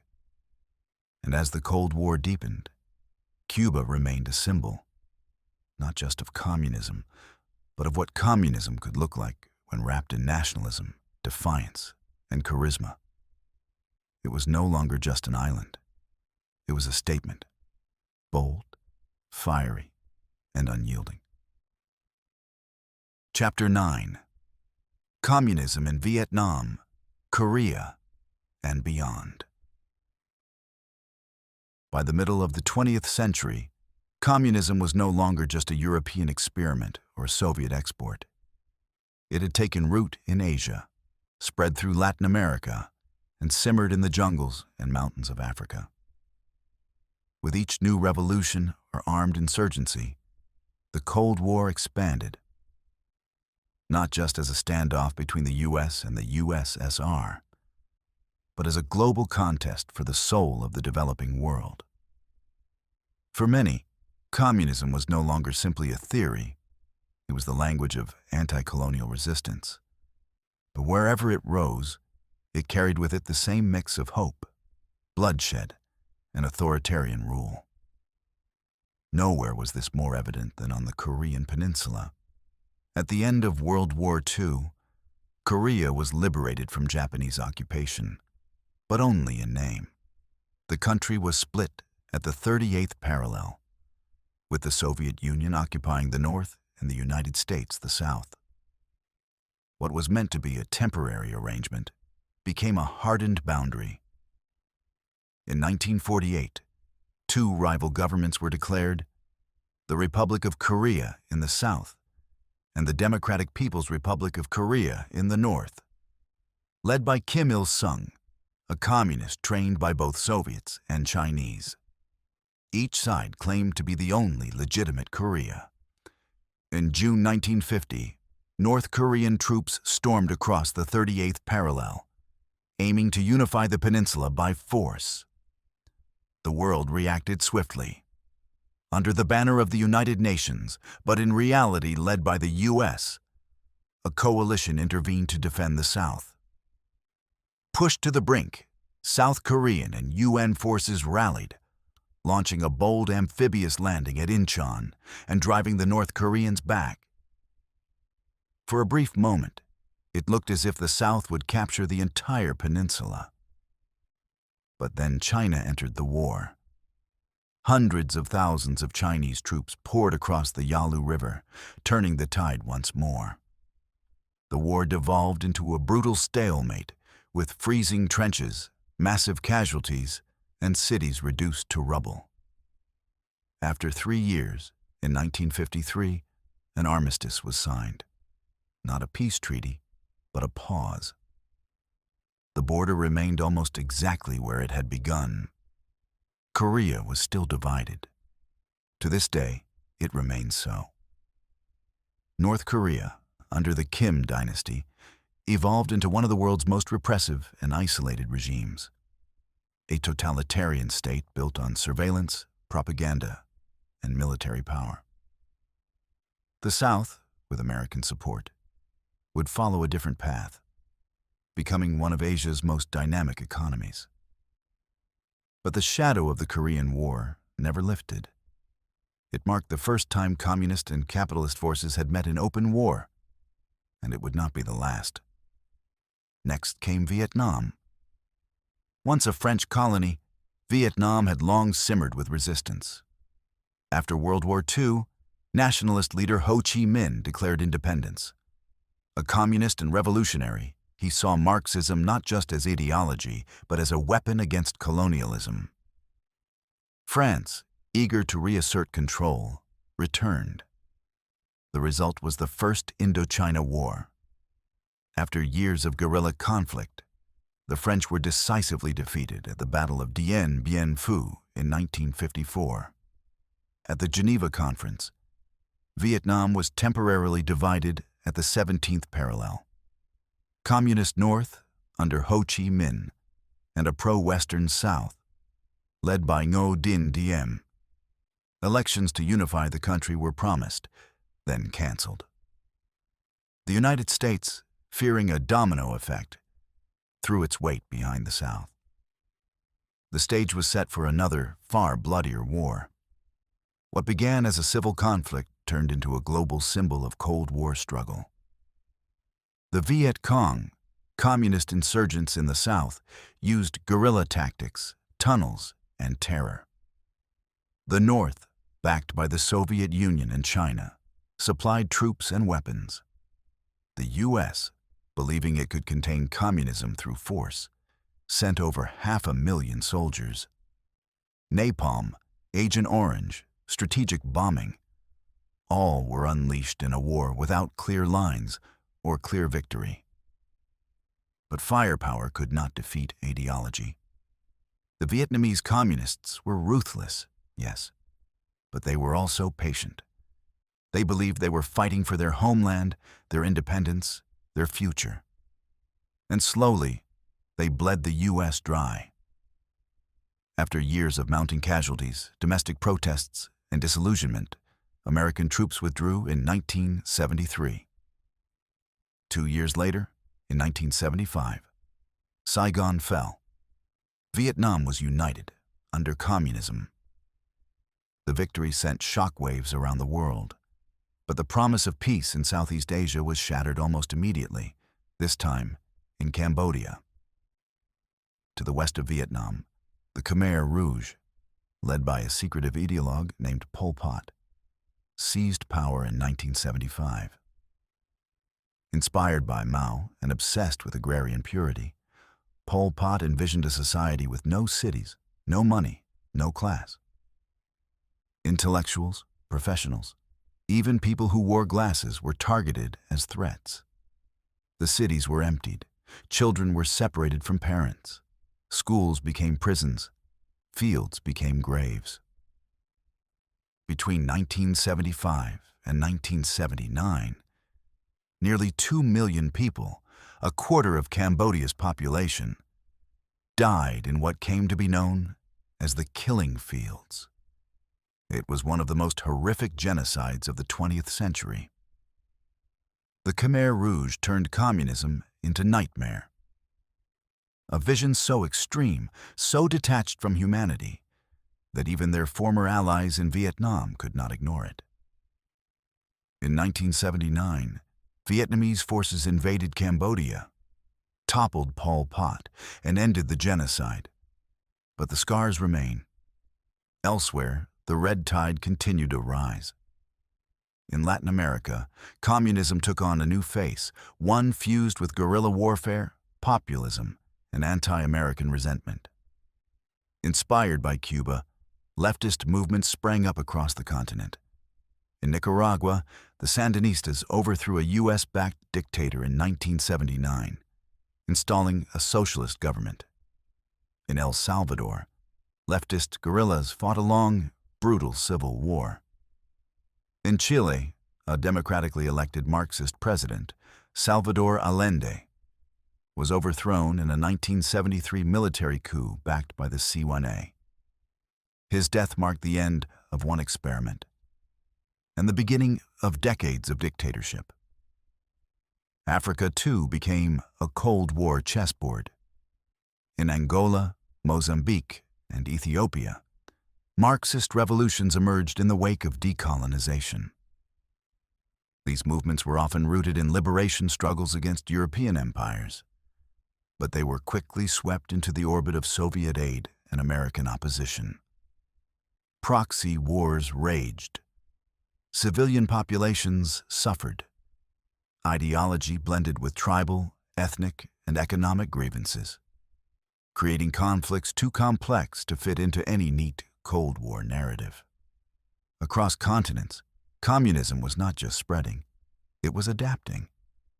It no longer looked purely like Stalin's USSR or Mao's China. It wore new faces. In some places, it fought for equality and justice. In others, it became a mask for tyranny. But always, it challenged the global order, and the West responded in kind. By the 1980s, the world had changed. The Cold War was no longer just missiles in silos or spies in trench coats. It was jungle wars and famines, revolutions and massacres, propaganda and resistance. The red tide had risen high, but with each new wave, the contradictions grew. Some victories looked like freedom, others looked like ruins. And far from the jungles and deserts, a different kind of revolution was beginning. Not on the battlefield, but in the economy, the mind, and the soul of the very system that started it all. Chapter 10. Fear, Propaganda, and the American Psyche. While the battles of the Cold War raged across distant jungles, deserts, and city streets, a different kind of war unfolded on American soil, not with guns or missiles, but with suspicion, fear, and paranoia. The enemy was no longer just out there, in Moscow or Hanoi. He might be your neighbor, your teacher, your co-worker. In the United States, the Cold War didn't just reshape foreign policy. It seeped into daily life, invaded living rooms, and rewired the national imagination. It was a war of ideology, yes, but also of emotion. And in America, the dominant emotion was fear. In the late 1940s, communism seemed to be advancing everywhere. China had fallen to Mao. The Soviets had tested an atomic bomb. American soldiers were dying in Korea. The world looked like it was tilting red, and many Americans felt surrounded. The government, eager to reassure and to respond, turned inward. Who had let this happen? Who had allowed communists to infiltrate and succeed? The answer, for some, was terrifying. They were already here. Enter Senator Joseph McCarthy. In 1950, the little-known Republican from Wisconsin stood before a crowd in West Virginia and declared that he had a list of 205 communists working inside the U.S. State Department. It was a bold, unverified claim, and it made headlines overnight. McCarthy, armed with bluster and fueled by the media, launched a crusade against alleged communist infiltration of the American government. Names were named. Careers were destroyed. Loyalty was questioned. The atmosphere turned electric, then toxic. This era became known as the Red Scare, a time when being accused was often as damaging as being guilty. Government workers were subjected to loyalty oaths. Teachers, scientists, and soldiers were investigated. Librarians pulled books off shelves. The FBI opened hundreds of thousands of files. Dissenting opinions, even if patriotic, became dangerous. To criticize American policy too loudly, to express sympathy for civil rights or unions, or even to have once attended a leftist meeting was enough to spark suspicion. McCarthy, for a while, was untouchable. His televised hearings captured the nation, with Americans watching as he grilled witnesses, raised his eyebrows, and dropped insinuations like bombs. But eventually, his recklessness caught up with him. In 1954, during hearings focused on supposed communist infiltration of the U.S. Army, Attorney Joseph Welch famously asked him, "Have you no sense of decency, sir?" The spell broke. McCarthy's support crumbled. He died a few years later, politically ruined, but the damage had already been done. The fear he ignited outlived him. Nowhere was that fear more vividly staged than in Hollywood. The film industry had always been a mirror for American dreams, and now it reflected its nightmares. In the late 1940s and 1950s, the House Un-American Activities Committee, SUAS, turned its spotlight on Tinseltown. Screenwriters, directors, actors, some of the most famous names in entertainment were summoned to testify. They were asked, "Are you now, or have you ever been, a member of the Communist Party?" Some cooperated, naming names. Others refused. The Hollywood 10, a group of screenwriters and directors, declined to answer, citing the First Amendment. They were cited for contempt of Congress and sent to prison.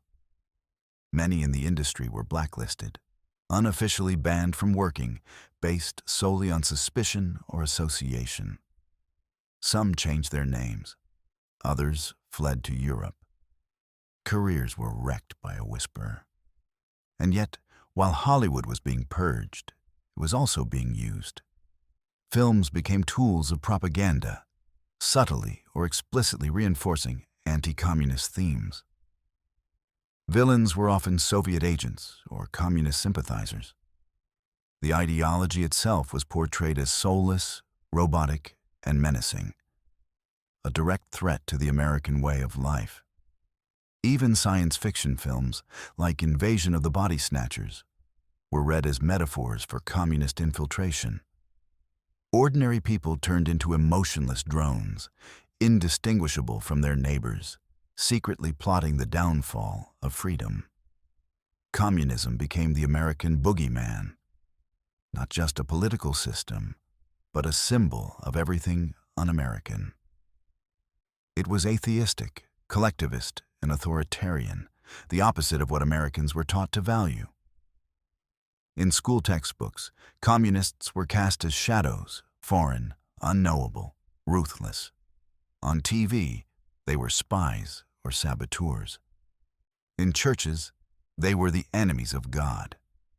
The very word communist became an accusation, a stain that could follow someone for life. And yet, this wasn't all top-down manipulation. The fear felt real because the stakes were real. The Soviet Union had nuclear weapons. American families built fallout shelters in their backyards. Children were taught to duck and cover in the event of a nuclear attack, hiding under desks as if that could stop an atomic blast. Sirens were tested. Maps showed blast zones. Fiction blurred with reality. In every corner of American life, the Cold War left its fingerprint. Architecture reflected it: windowless buildings, underground bunkers, civil defense shelters. Art reflected it. Abstract expressionism was championed by some as a symbol of Western freedom, free from the rigid rules of socialist realism. Even space became a battleground. When the Soviets launched Sputnik in 1957, it wasn't just a scientific feat. It was a psychological bomb. America, the land of progress, had been beaten. The race for the moon began not with curiosity, but with dread. The Cold War didn't just shape what Americans feared, it shaped who they were. It bred a generation obsessed with strength, security, and vigilance. It hardened political discourse. It raised the military to near sacred status. It narrowed the definition of patriotism. And even when the scare faded, the habits remained. By the 1970s and 1980s, the hysteria had cooled, but the narrative endured. Cold War films like Rocky IV, Red Dawn, and The Hunt for Red October kept the image of the Soviet threat alive. The evil empire, as President Ronald Reagan would call it, became part of the American lexicon. Even the Olympics became ideological showdowns: democracy versus dictatorship, Coca-Cola versus commissars. But beneath the propaganda, a strange truth emerged. For all its danger, the Cold War gave the U.S. a purpose, a mission. It unified a divided nation around a common foe. It gave the country a role as global defender of freedom, whether invited or not. And when the Cold War finally ended, it left a vacuum. What do you do when the monster under the bed is gone? Who are you without the shadow? The cultural legacy of the Cold War still lingers. In politics, in movies, in mistrust of the government, in patriotism defined by opposition. The red menace may have faded, but the fear never fully left. It simply changed shape. Because once an idea becomes an enemy, invisible, contagious, subversive, it's hard to ever feel truly safe again. Chapter 11. Cracks in the Wall. The Soviet Empire had survived famine, war, and terror. It had spread its ideology across continents, raised red flags over capitals, and faced down the world's most powerful nations. From the outside, it looked monolithic, vast, immovable, and eternal. But behind the concrete facades and iron slogans, cracks were beginning to spread, not from invasion or sabotage, but from within. It started with whispers, marches, and manuscripts. It ended with a question the Soviet Union had never allowed itself to ask. What if we're wrong? The first major shock came in Hungary in 1956. After Stalin's death in 1953, the Soviet world briefly relaxed.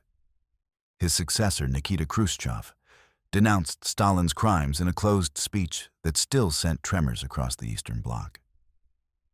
Suddenly, the illusion of infallibility was broken. In Budapest, students and workers sensed a chance for change. They demanded freedom of speech, the withdrawal of Soviet troops, and a return to national sovereignty. At first, the revolution looked unstoppable. Statues of Stalin were toppled. A new government took shape, but Moscow would not allow a crack to become a break. Soviet tanks rolled into Budapest with brutal force. Thousands were killed. The revolution was crushed. The message was clear. You could reform socialism, but only on Moscow's terms. 12 years later, in 1968, another experiment in reform unfolded, this time in Czechoslovakia. Led by Alexander Dubček, the Prague Spring promised socialism with a human face. Censorship was eased, travel restrictions loosened, political debate flourished. For a brief, intoxicating moment, it seemed that communism could be reimagined, not as dictatorship, but as democracy. Again, the response came in the roar of tank engines. In August 1968, the armies of the Warsaw Pact invaded. Soviet forces crushed the movement in a matter of days. Dubček was arrested. The reforms were rolled back. And across the Eastern Bloc, a chill set in. Hope had bloomed, and then been flattened beneath treads, but not forgotten. In the 1980s, it returned, in Poland. This time, it didn't begin with intellectuals or students, but with workers. At the Gdansk shipyard, an electrician named Lech Wałęsa climbed a fence and sparked a movement. It was called Solidarity, a trade union, yes, but more than that, a challenge to the entire system. The Polish government, under Soviet pressure, declared martial law. Tanks patrolled the streets. Leaders were imprisoned. But Solidarity survived underground, supported by millions of Poles and watched closely by the world. The Eastern Bloc was no longer invincible. The people had begun to move, and so had the writers. Inside the Soviet Union, dissent took quieter forms. It spoke through literature, letters, and samizdat. Underground publications passed from hand to hand like sacred relics. One of the loudest voices came from a man who had once been a decorated Red Army officer, Alexander Solzhenitsyn. Arrested for criticizing Stalin in a letter, Solzhenitsyn had spent years in the Gulag. He emerged not broken, but burning with truth. His works, One Day in the Life of Ivan Denisovich, The Gulag Archipelago, exposed the vast machinery of repression hidden behind the Soviet curtain. He wrote not with bitterness, but with clarity. And for that, he was exiled. Another voice came from within the scientific elite. Andrei Sakharov, the father of the Soviet hydrogen bomb. Once a loyal servant of the regime, he turned against it, horrified by the moral cost of the arms race and the silencing of minds. He called for human rights, democracy, and peace. For his courage, he was stripped of honors and sent into internal exile. But his words reached far beyond the city he was confined to. These men, and many others, did not call for capitalism or Western domination. They called for truth, a word that frightened the Soviet state more than any army. Because truth revealed the decay. Under Leonid Brezhnev, who ruled from 1964 to 1982, the Soviet Union entered what would later be called the era of stagnation. Outwardly, the empire remained strong. It maintained its grip on Eastern Europe, expanded its influence in Africa and Asia, and reached military parity with the United States. But inside, the system was rotting. The economy, rigid and centrally planned, was unable to innovate. Factories produced goods no one wanted. Shelves were empty. Technology lagged behind. Corruption festered. Young people tuned out. Faith in the revolution faded. The once glorious promise of communism had become a gray routine, where everyone pretended to work and the state pretended to pay. By the early 1980s, the Soviet leadership looked like a gerontocracy. Old men shuffling across red carpets, offering slogans instead of solutions. Then, in 1985, something unexpected happened. A younger man took power. His name was Mikhail Gorbachev. He was sharp, articulate, and different. He had not lived through the revolution or Stalin's terror. He spoke of reform, real reform. He introduced two words that would define the final chapter of Soviet communism: glasnost and perestroika. Glasnost, openness. It meant more freedom of speech, fewer taboos, more transparency. Newspapers published once-banned stories. Historians exposed lies. Citizens began to talk, really talk, for the first time in decades. Perestroika, restructuring. It meant reforming the stagnant economy, introducing limited market mechanisms, allowing cooperatives and small businesses. It was an attempt to save socialism by adapting it. At first, these reforms were welcomed. But as walls came down, metaphorical and literal, something else happened. The truth flooded in, about the famines, about the Gulags, about the secret deals, the broken promises, the lies. Nationalities long buried under Soviet unity began demanding independence. Strikes erupted. Protests swelled. The center could no longer hold. Gorbachev never intended to end the Soviet Union. He wanted to revive it. But the machine he tried to fix had too many broken parts. And as Eastern Europe watched Moscow loosen its grip, it began to move again. This time for good. The cracks that had formed in 1956 in Budapest, that had widened in Prague, that had split open in Gdansk, now became fractures across an entire empire. The wall would fall. The flags would change. And the system that had once promised to liberate mankind would collapse under its own weight. But before that moment came, the world would witness one last burst of light, and then the silence of an ending. Chapter 12. The Fall of the Red Empire. For decades, the Berlin Wall had stood like a scar across the heart of Europe, a slab of concrete and barbed wire dividing not just a city, but a world. It was the physical embodiment of the Cold War, the line where East and West stared each other down. On one side, freedom and capitalism. On the other, repression and communism. And then, almost overnight, it was gone. In 1989, the unthinkable happened. It began not in Berlin, but in the streets of Leipzig and Prague and Warsaw. The grip of the Soviet Union was loosening. Gorbachev, with his policies of glasnost and perestroika, had made it clear that the Soviet Union would no longer intervene to prop up failing regimes in Eastern Europe.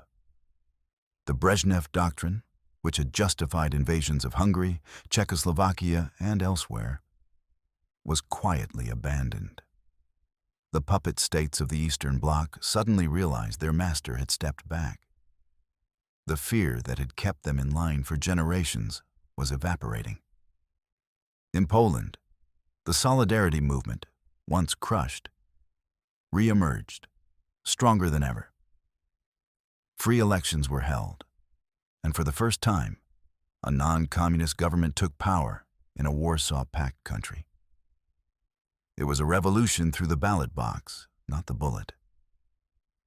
In Hungary, the border with Austria was opened. East Germans, long forbidden from crossing westward, now found a back door to freedom. Thousands poured through it, abandoning the gray conformity of the East for the promise of the West. The East German regime tried to stem the tide. It failed. Protests exploded in Leipzig. Crowds grew from hundreds to thousands to tens of thousands. The regime's foundations cracked. Then, on November 9th, 1989, amid confusion, miscommunication, and mounting pressure, the East German government announced that citizens could cross the border freely. No one quite believed it. But that night, Berliners from both sides converged on the wall. They climbed it. They danced on it. They took hammers and picks and began to tear it down, not with violence, but with jubilation. The world watched in awe. The symbol of division was collapsing under its own irrelevance. The fall of the Berlin Wall triggered a domino effect across Eastern Europe. In Czechoslovakia, the Velvet Revolution swept the communists from power without a single shot. Students marched, writers led. The dissident playwright Václav Havel, once imprisoned for his words, became president. In Romania, the transition was bloodier. Nicolae Ceausescu, one of the last Stalinist tyrants in Europe, tried to suppress protests with force. It backfired. He and his wife were captured, tried and executed on live television. Bulgaria, Albania, and others followed, abandoning one-party rule in rapid succession. The Red Empire was unraveling, not in war, but in collapse. Not because it had been conquered, but because it had decayed from within. The promises of communism, equality, justice, progress, had long ago been betrayed by bureaucracy, corruption, and repression. Now, the people were reclaiming their future. But while Eastern Europe was breaking free, the heart of the empire, the Soviet Union itself, was crumbling in slow motion. Gorbachev's reforms, intended to save socialism, had instead exposed its contradictions. Glasnost unleashed criticism the regime could not control. Perestroika brought economic confusion rather than revival. The command economy faltered. Shelves were empty. Inflation soared.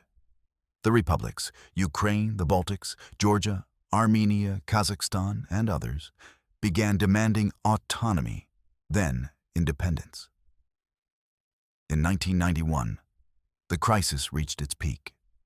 That August, hardline communists attempted a coup.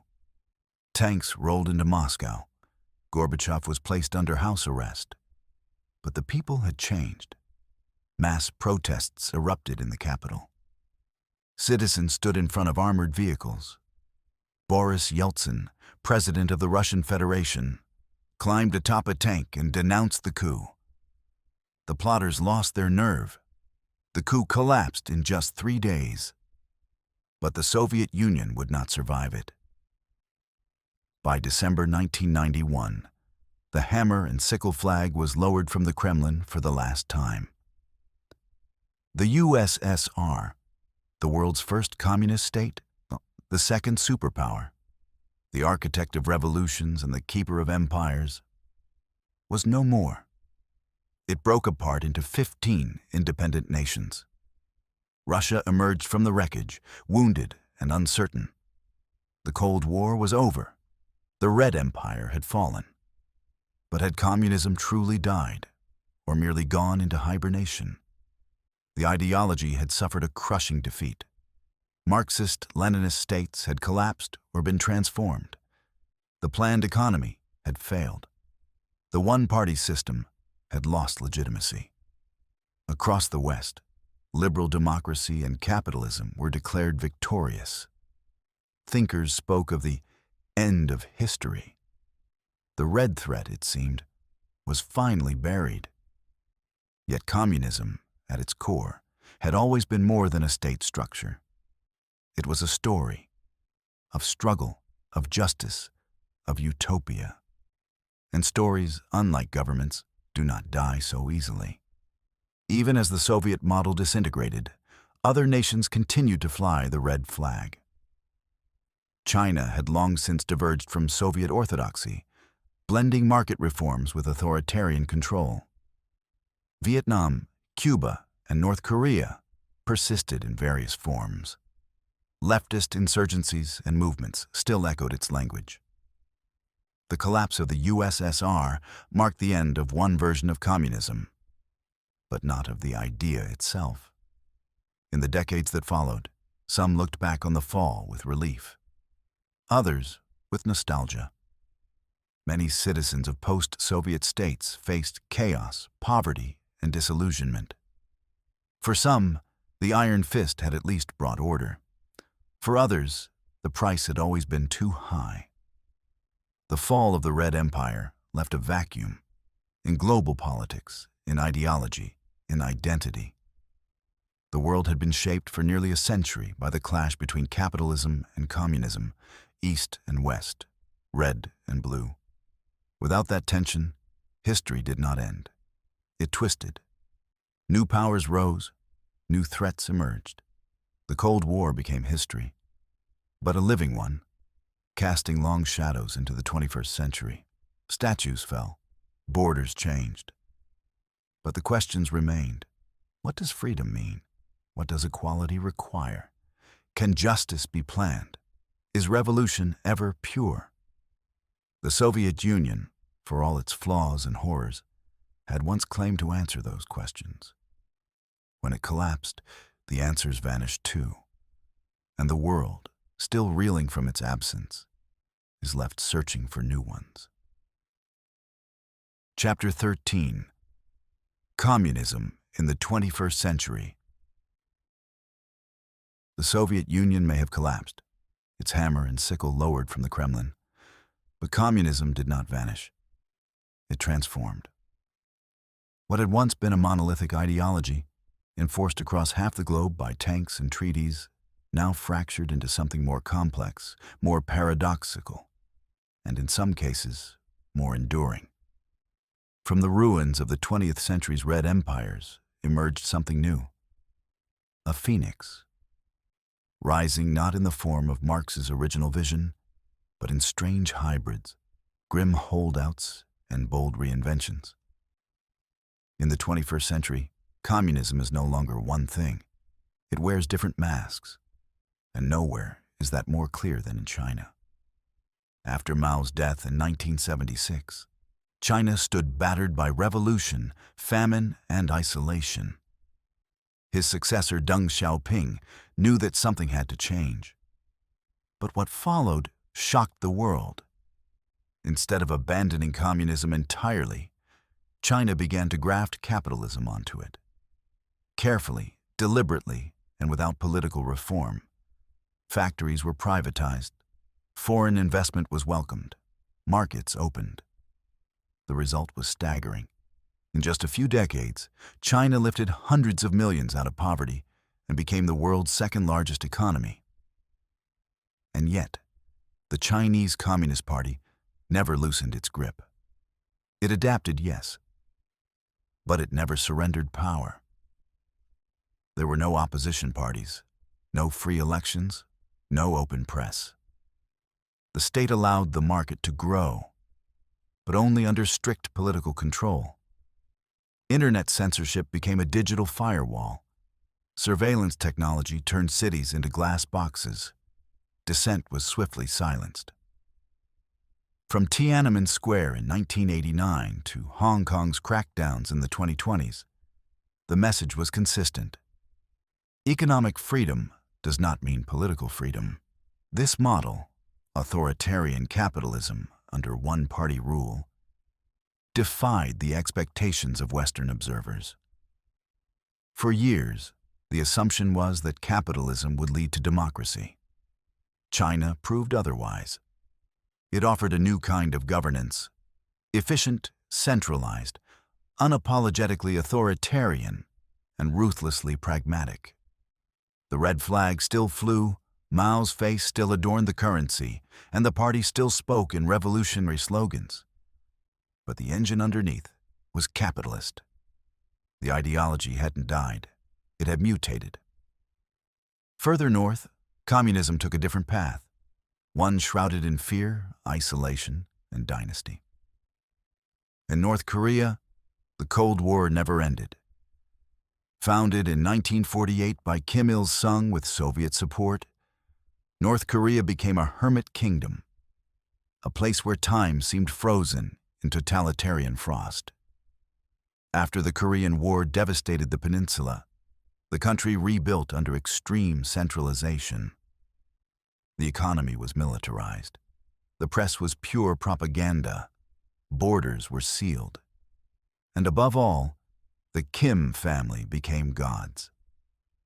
When Kim Il-sung died in 1994, power passed to his son, Kim Jong-il. Later, to his grandson, Kim Jong-un. 3 generations of dictatorship have ruled the nation like a royal dynasty wrapped in Marxist-Leninist language. But the ideology is hollow. Juk, the state's official doctrine of self-reliance, is less a theory and more a justification for extreme control. North Korea's economy collapsed in the 1990s. Famine claimed hundreds of thousands, and yet the regime survived. Through repression, manipulation, and nuclear weapons. It remains one of the most isolated and brutal regimes on Earth. Citizens are indoctrinated from birth. The internet is forbidden. Entire families are punished for a single person's crime. And yet, the government persists, propped up by surveillance, fear, and tightly rationed loyalty. North Korea is not a communist success story. It is a warning of what happens when ideology becomes a prison cell. Elsewhere, the picture is more nuanced. In both Cuba and Vietnam, the collapse of the Soviet Union forced painful reckonings. Cut off from Moscow's subsidies, both nations faced economic catastrophe in the 1990s. But instead of surrendering their political systems, they opted for reform, cautiously, and without touching the core of one-party rule.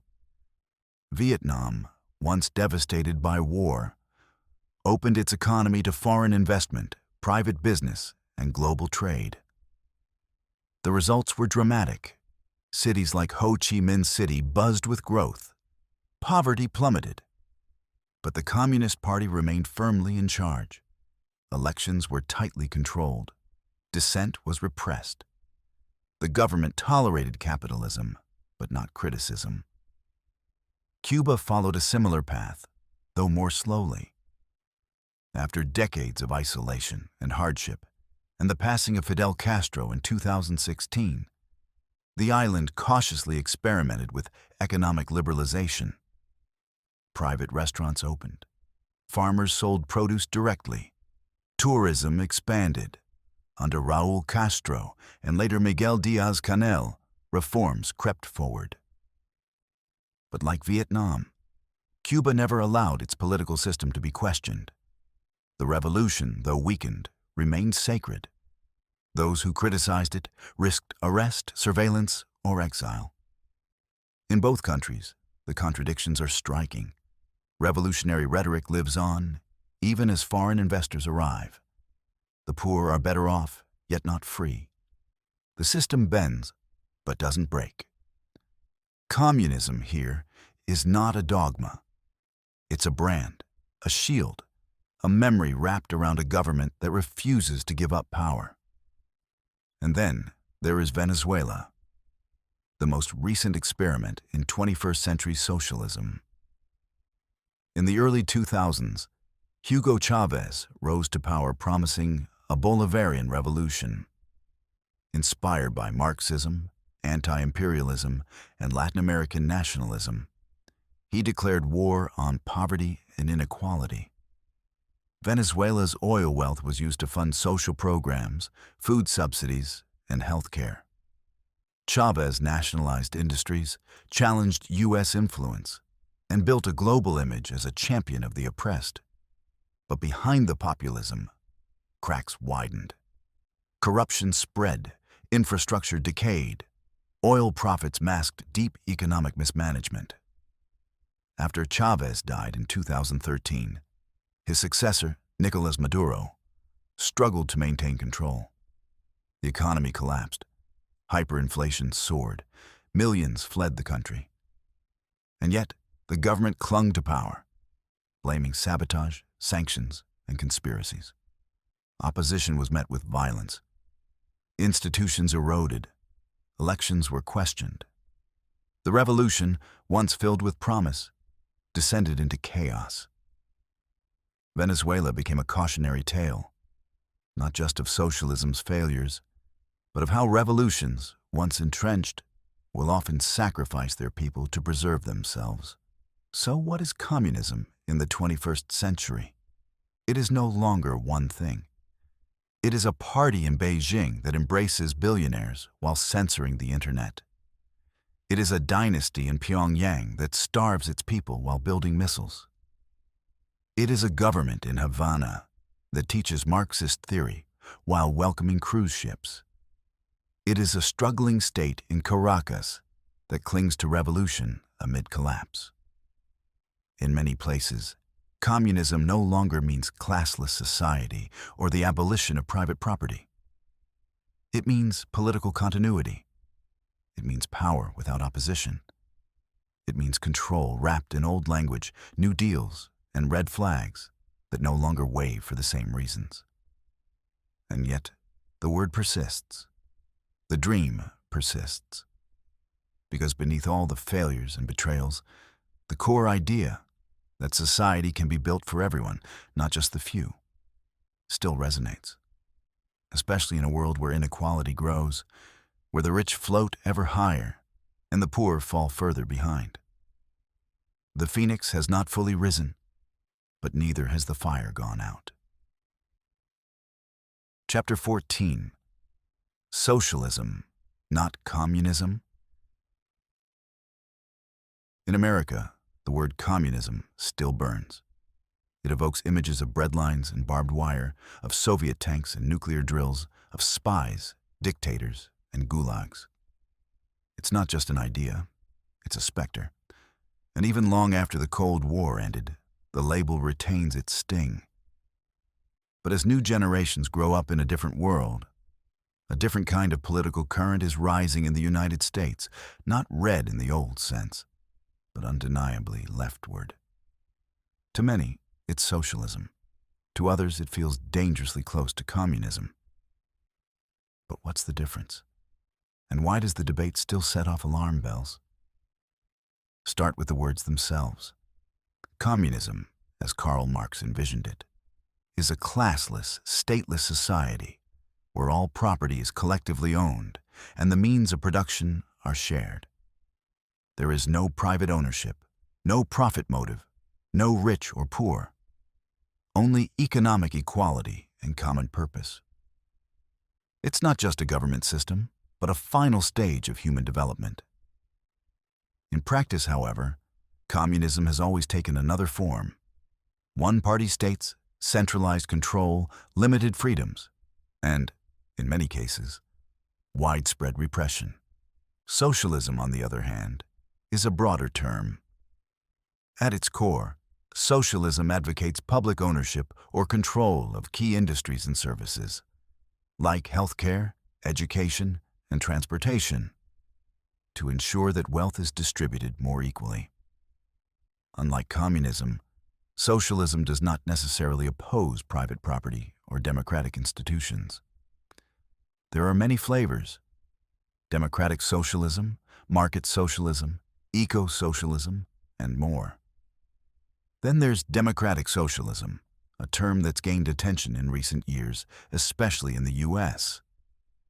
Here, the idea is not to abolish capitalism overnight, but to rein it in, to build a society where basic needs are guaranteed, where billionaires pay their fair share, and where power is more evenly distributed between workers and corporations.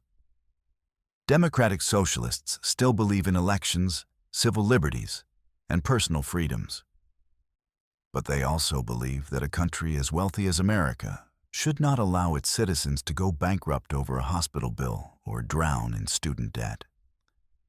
This distinction matters, because when someone like Bernie Sanders calls himself a democratic socialist, he is not proposing a revolution like Lenin's or a one-party state like Mao's. He's pointing to models like Scandinavia, countries that combine capitalism with strong safety nets, universal health care, and workers' rights. When Alexandria Ocasio-Cortez talks about a Green New Deal or expanding Medicare, She is not calling for collectivized farms or the abolition of the dollar.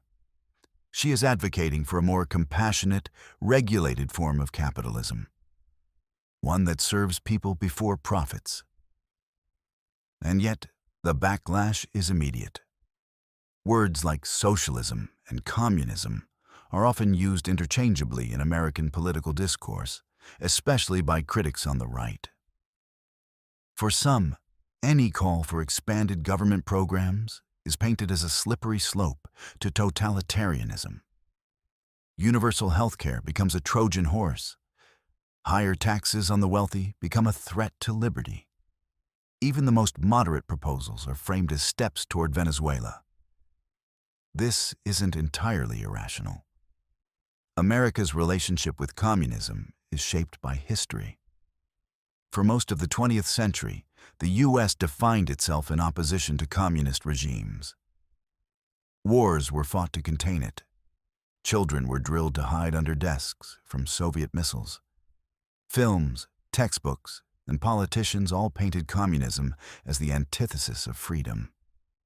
McCarthyism turned suspicion into policy. The Cold War wasn't just geopolitical, it was psychological. In that context, the fear lingers. Even today, calling someone a communist in America is less a description and more a curse. It conjures not policy debates, but existential dread. A world without property, religion, or choice. The fact that no prominent American politician is actually advocating for communism doesn't matter. The accusation sticks. But something is changing. Younger generations, especially millennials and Gen Z, are more open to socialist ideas than ever before. Polls show that many view capitalism skeptically, associating it with corporate greed, environmental destruction, and economic inequality. They came of age during the Great Recession, watched their parents lose jobs and homes, and now face crushing student debt and a climate crisis. For them, socialism doesn't mean Stalin. It means survival. Bernie Sanders, once a fringe figure in American politics, captured the imagination of millions in his 2016 and 2020 presidential campaigns. He called for universal health care, tuition-free public colleges, and an economy that works for the many, not the few. He didn't win the nomination, but he pulled the conversation left. Suddenly, ideas once deemed radical were on the table. AOC, elected to Congress in 2018, took that energy further. Young, articulate, and fearless, she championed policies like the Green New Deal, blending climate action with economic justice. She embraced the label Democratic Socialist and wore it unapologetically. To supporters, she represented a new era. To critics, she was proof that Marx had made it to Congress. Still, America is not turning red. The rise of the progressive left doesn't mean a rejection of capitalism, but a desire to fix what's broken. Most Americans still support private enterprise, individual freedom, and open markets.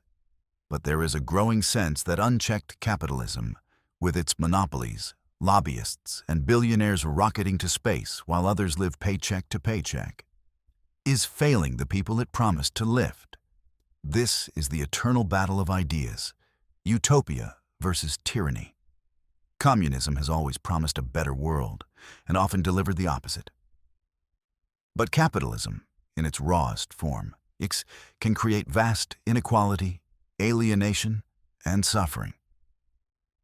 Both systems, in their extremes, have led to betrayal. In the 21st century, the question is not which system wins, but how to balance freedom with fairness, innovation with responsibility. The American left is not seeking to burn the house down. It is demanding renovations so that more people can live in it with dignity. Communism remains a warning, a cautionary tale of what happens when power is concentrated in the name of equality and dissent is crushed in the name of progress. But so too is unchecked capitalism a warning of what happens when profits eclipse people and democracy becomes a commodity. In the end, the words matter less than the goals. To live in a society that is just, compassionate, and free. For some, that means preserving the market with modest reforms. For others, it means reimagining it entirely. The debate continues, and in that tension between old ghosts and new dreams, America wrestles with its future. Chapter 15. Lessons from the Red Century. It began as a dream of equality, of justice, of a world free from poverty and greed. From the pages of Marx to the revolutions of Lenin, from the fields of Mao's China to the jungles of Vietnam, communism was never just a system. It was a promise that history could be rewritten, that power could be reversed, that the future could belong to the many instead of the few. For a century, that promise lit fires across the globe. And now, looking back, the question hangs in the air like smoke. Was it all inevitable? The rise of communism came at a time of collapse. The 19th century had been an age of empire and industry. But it was also an age of injustice. Children in factories, famines in colonies, workers living in slums, while aristocrats danced in palaces. The First World War shattered the old world order and left behind disillusionment, broken economies, and mass graves. In that chaos, the old answers no longer worked.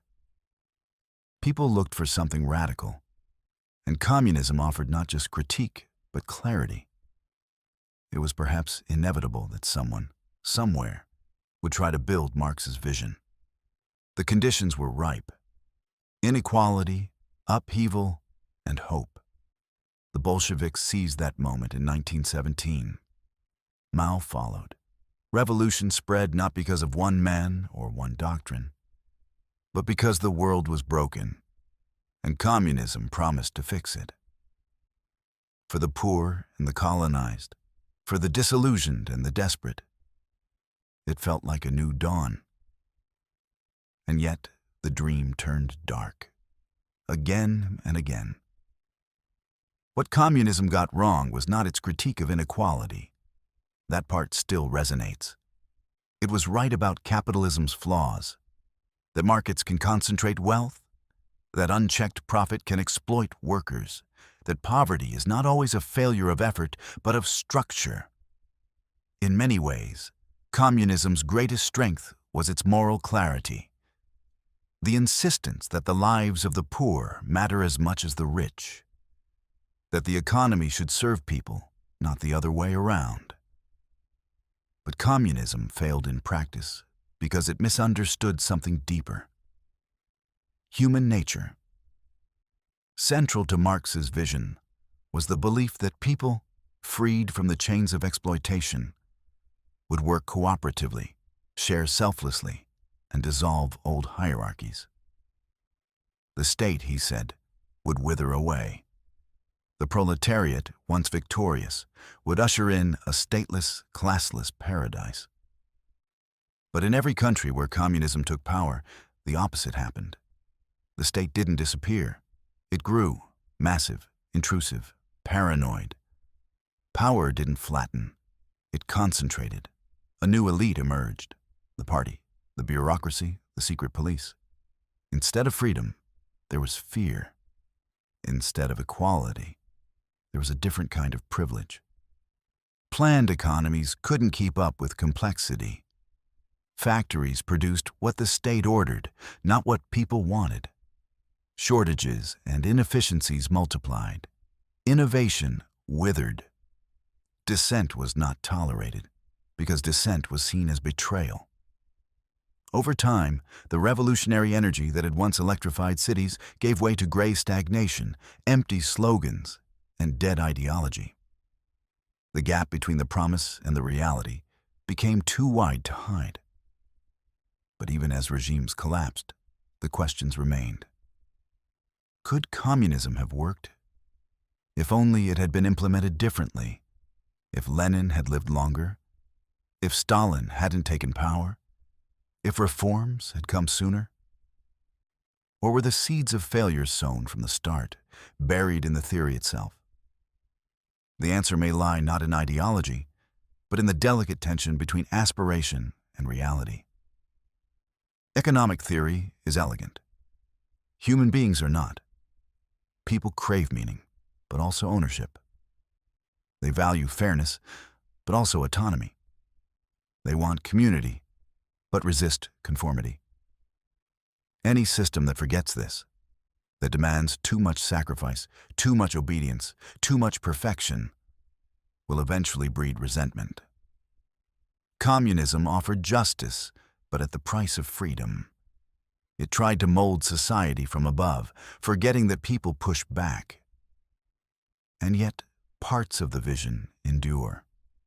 The idea that workers deserve rights, that health care and education should be universal, that housing is a human right, these are no longer radical positions. They are shared across much of the democratic world. Many of the protections enjoyed today, minimum wages, labor laws, pensions, were once seen as socialist demands. The legacy of communism's challenge to capitalism wasn't total collapse, but adaptation. So could it happen again? Not in the same way. The 20th century model, one-party rule, planned economies, gulags, and red flags, is unlikely to return on a global scale. Too many people remember? Too much has changed. But the world is still marked by inequality. Billionaires launch rockets while others sleep on sidewalks. Climate change threatens the poorest first.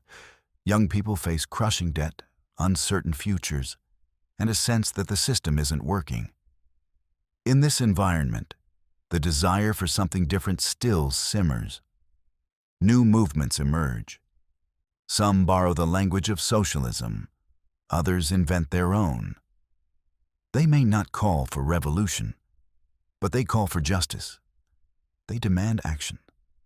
And they remind us that history does not end. It loops, rises, collapses, and begins again. The lesson of the Red Century is not that communism was pure evil, nor that it was simply misunderstood. It is that grand visions must always be tempered by humility. That justice without freedom becomes tyranny. That freedom without justice becomes inequality. That systems built to serve the people must never forget the people. For those who lived under communism, the scars are real. The fear, the hunger, the silence. For those who only read about it, the temptation remains to believe in perfect systems and clean answers to messy problems. But history whispers its warning. Utopias are easy to imagine, harder to build, and even harder to survive. Still, the century left behind more than ruins. It left questions about who we are, about what we owe each other, about how power is used and abused. Those questions remain. And if we are honest, so do the hopes. The red flag has fallen. But the flame, the one that burned for fairness, for dignity, for something better, still flickers. What we do with it now is up to us.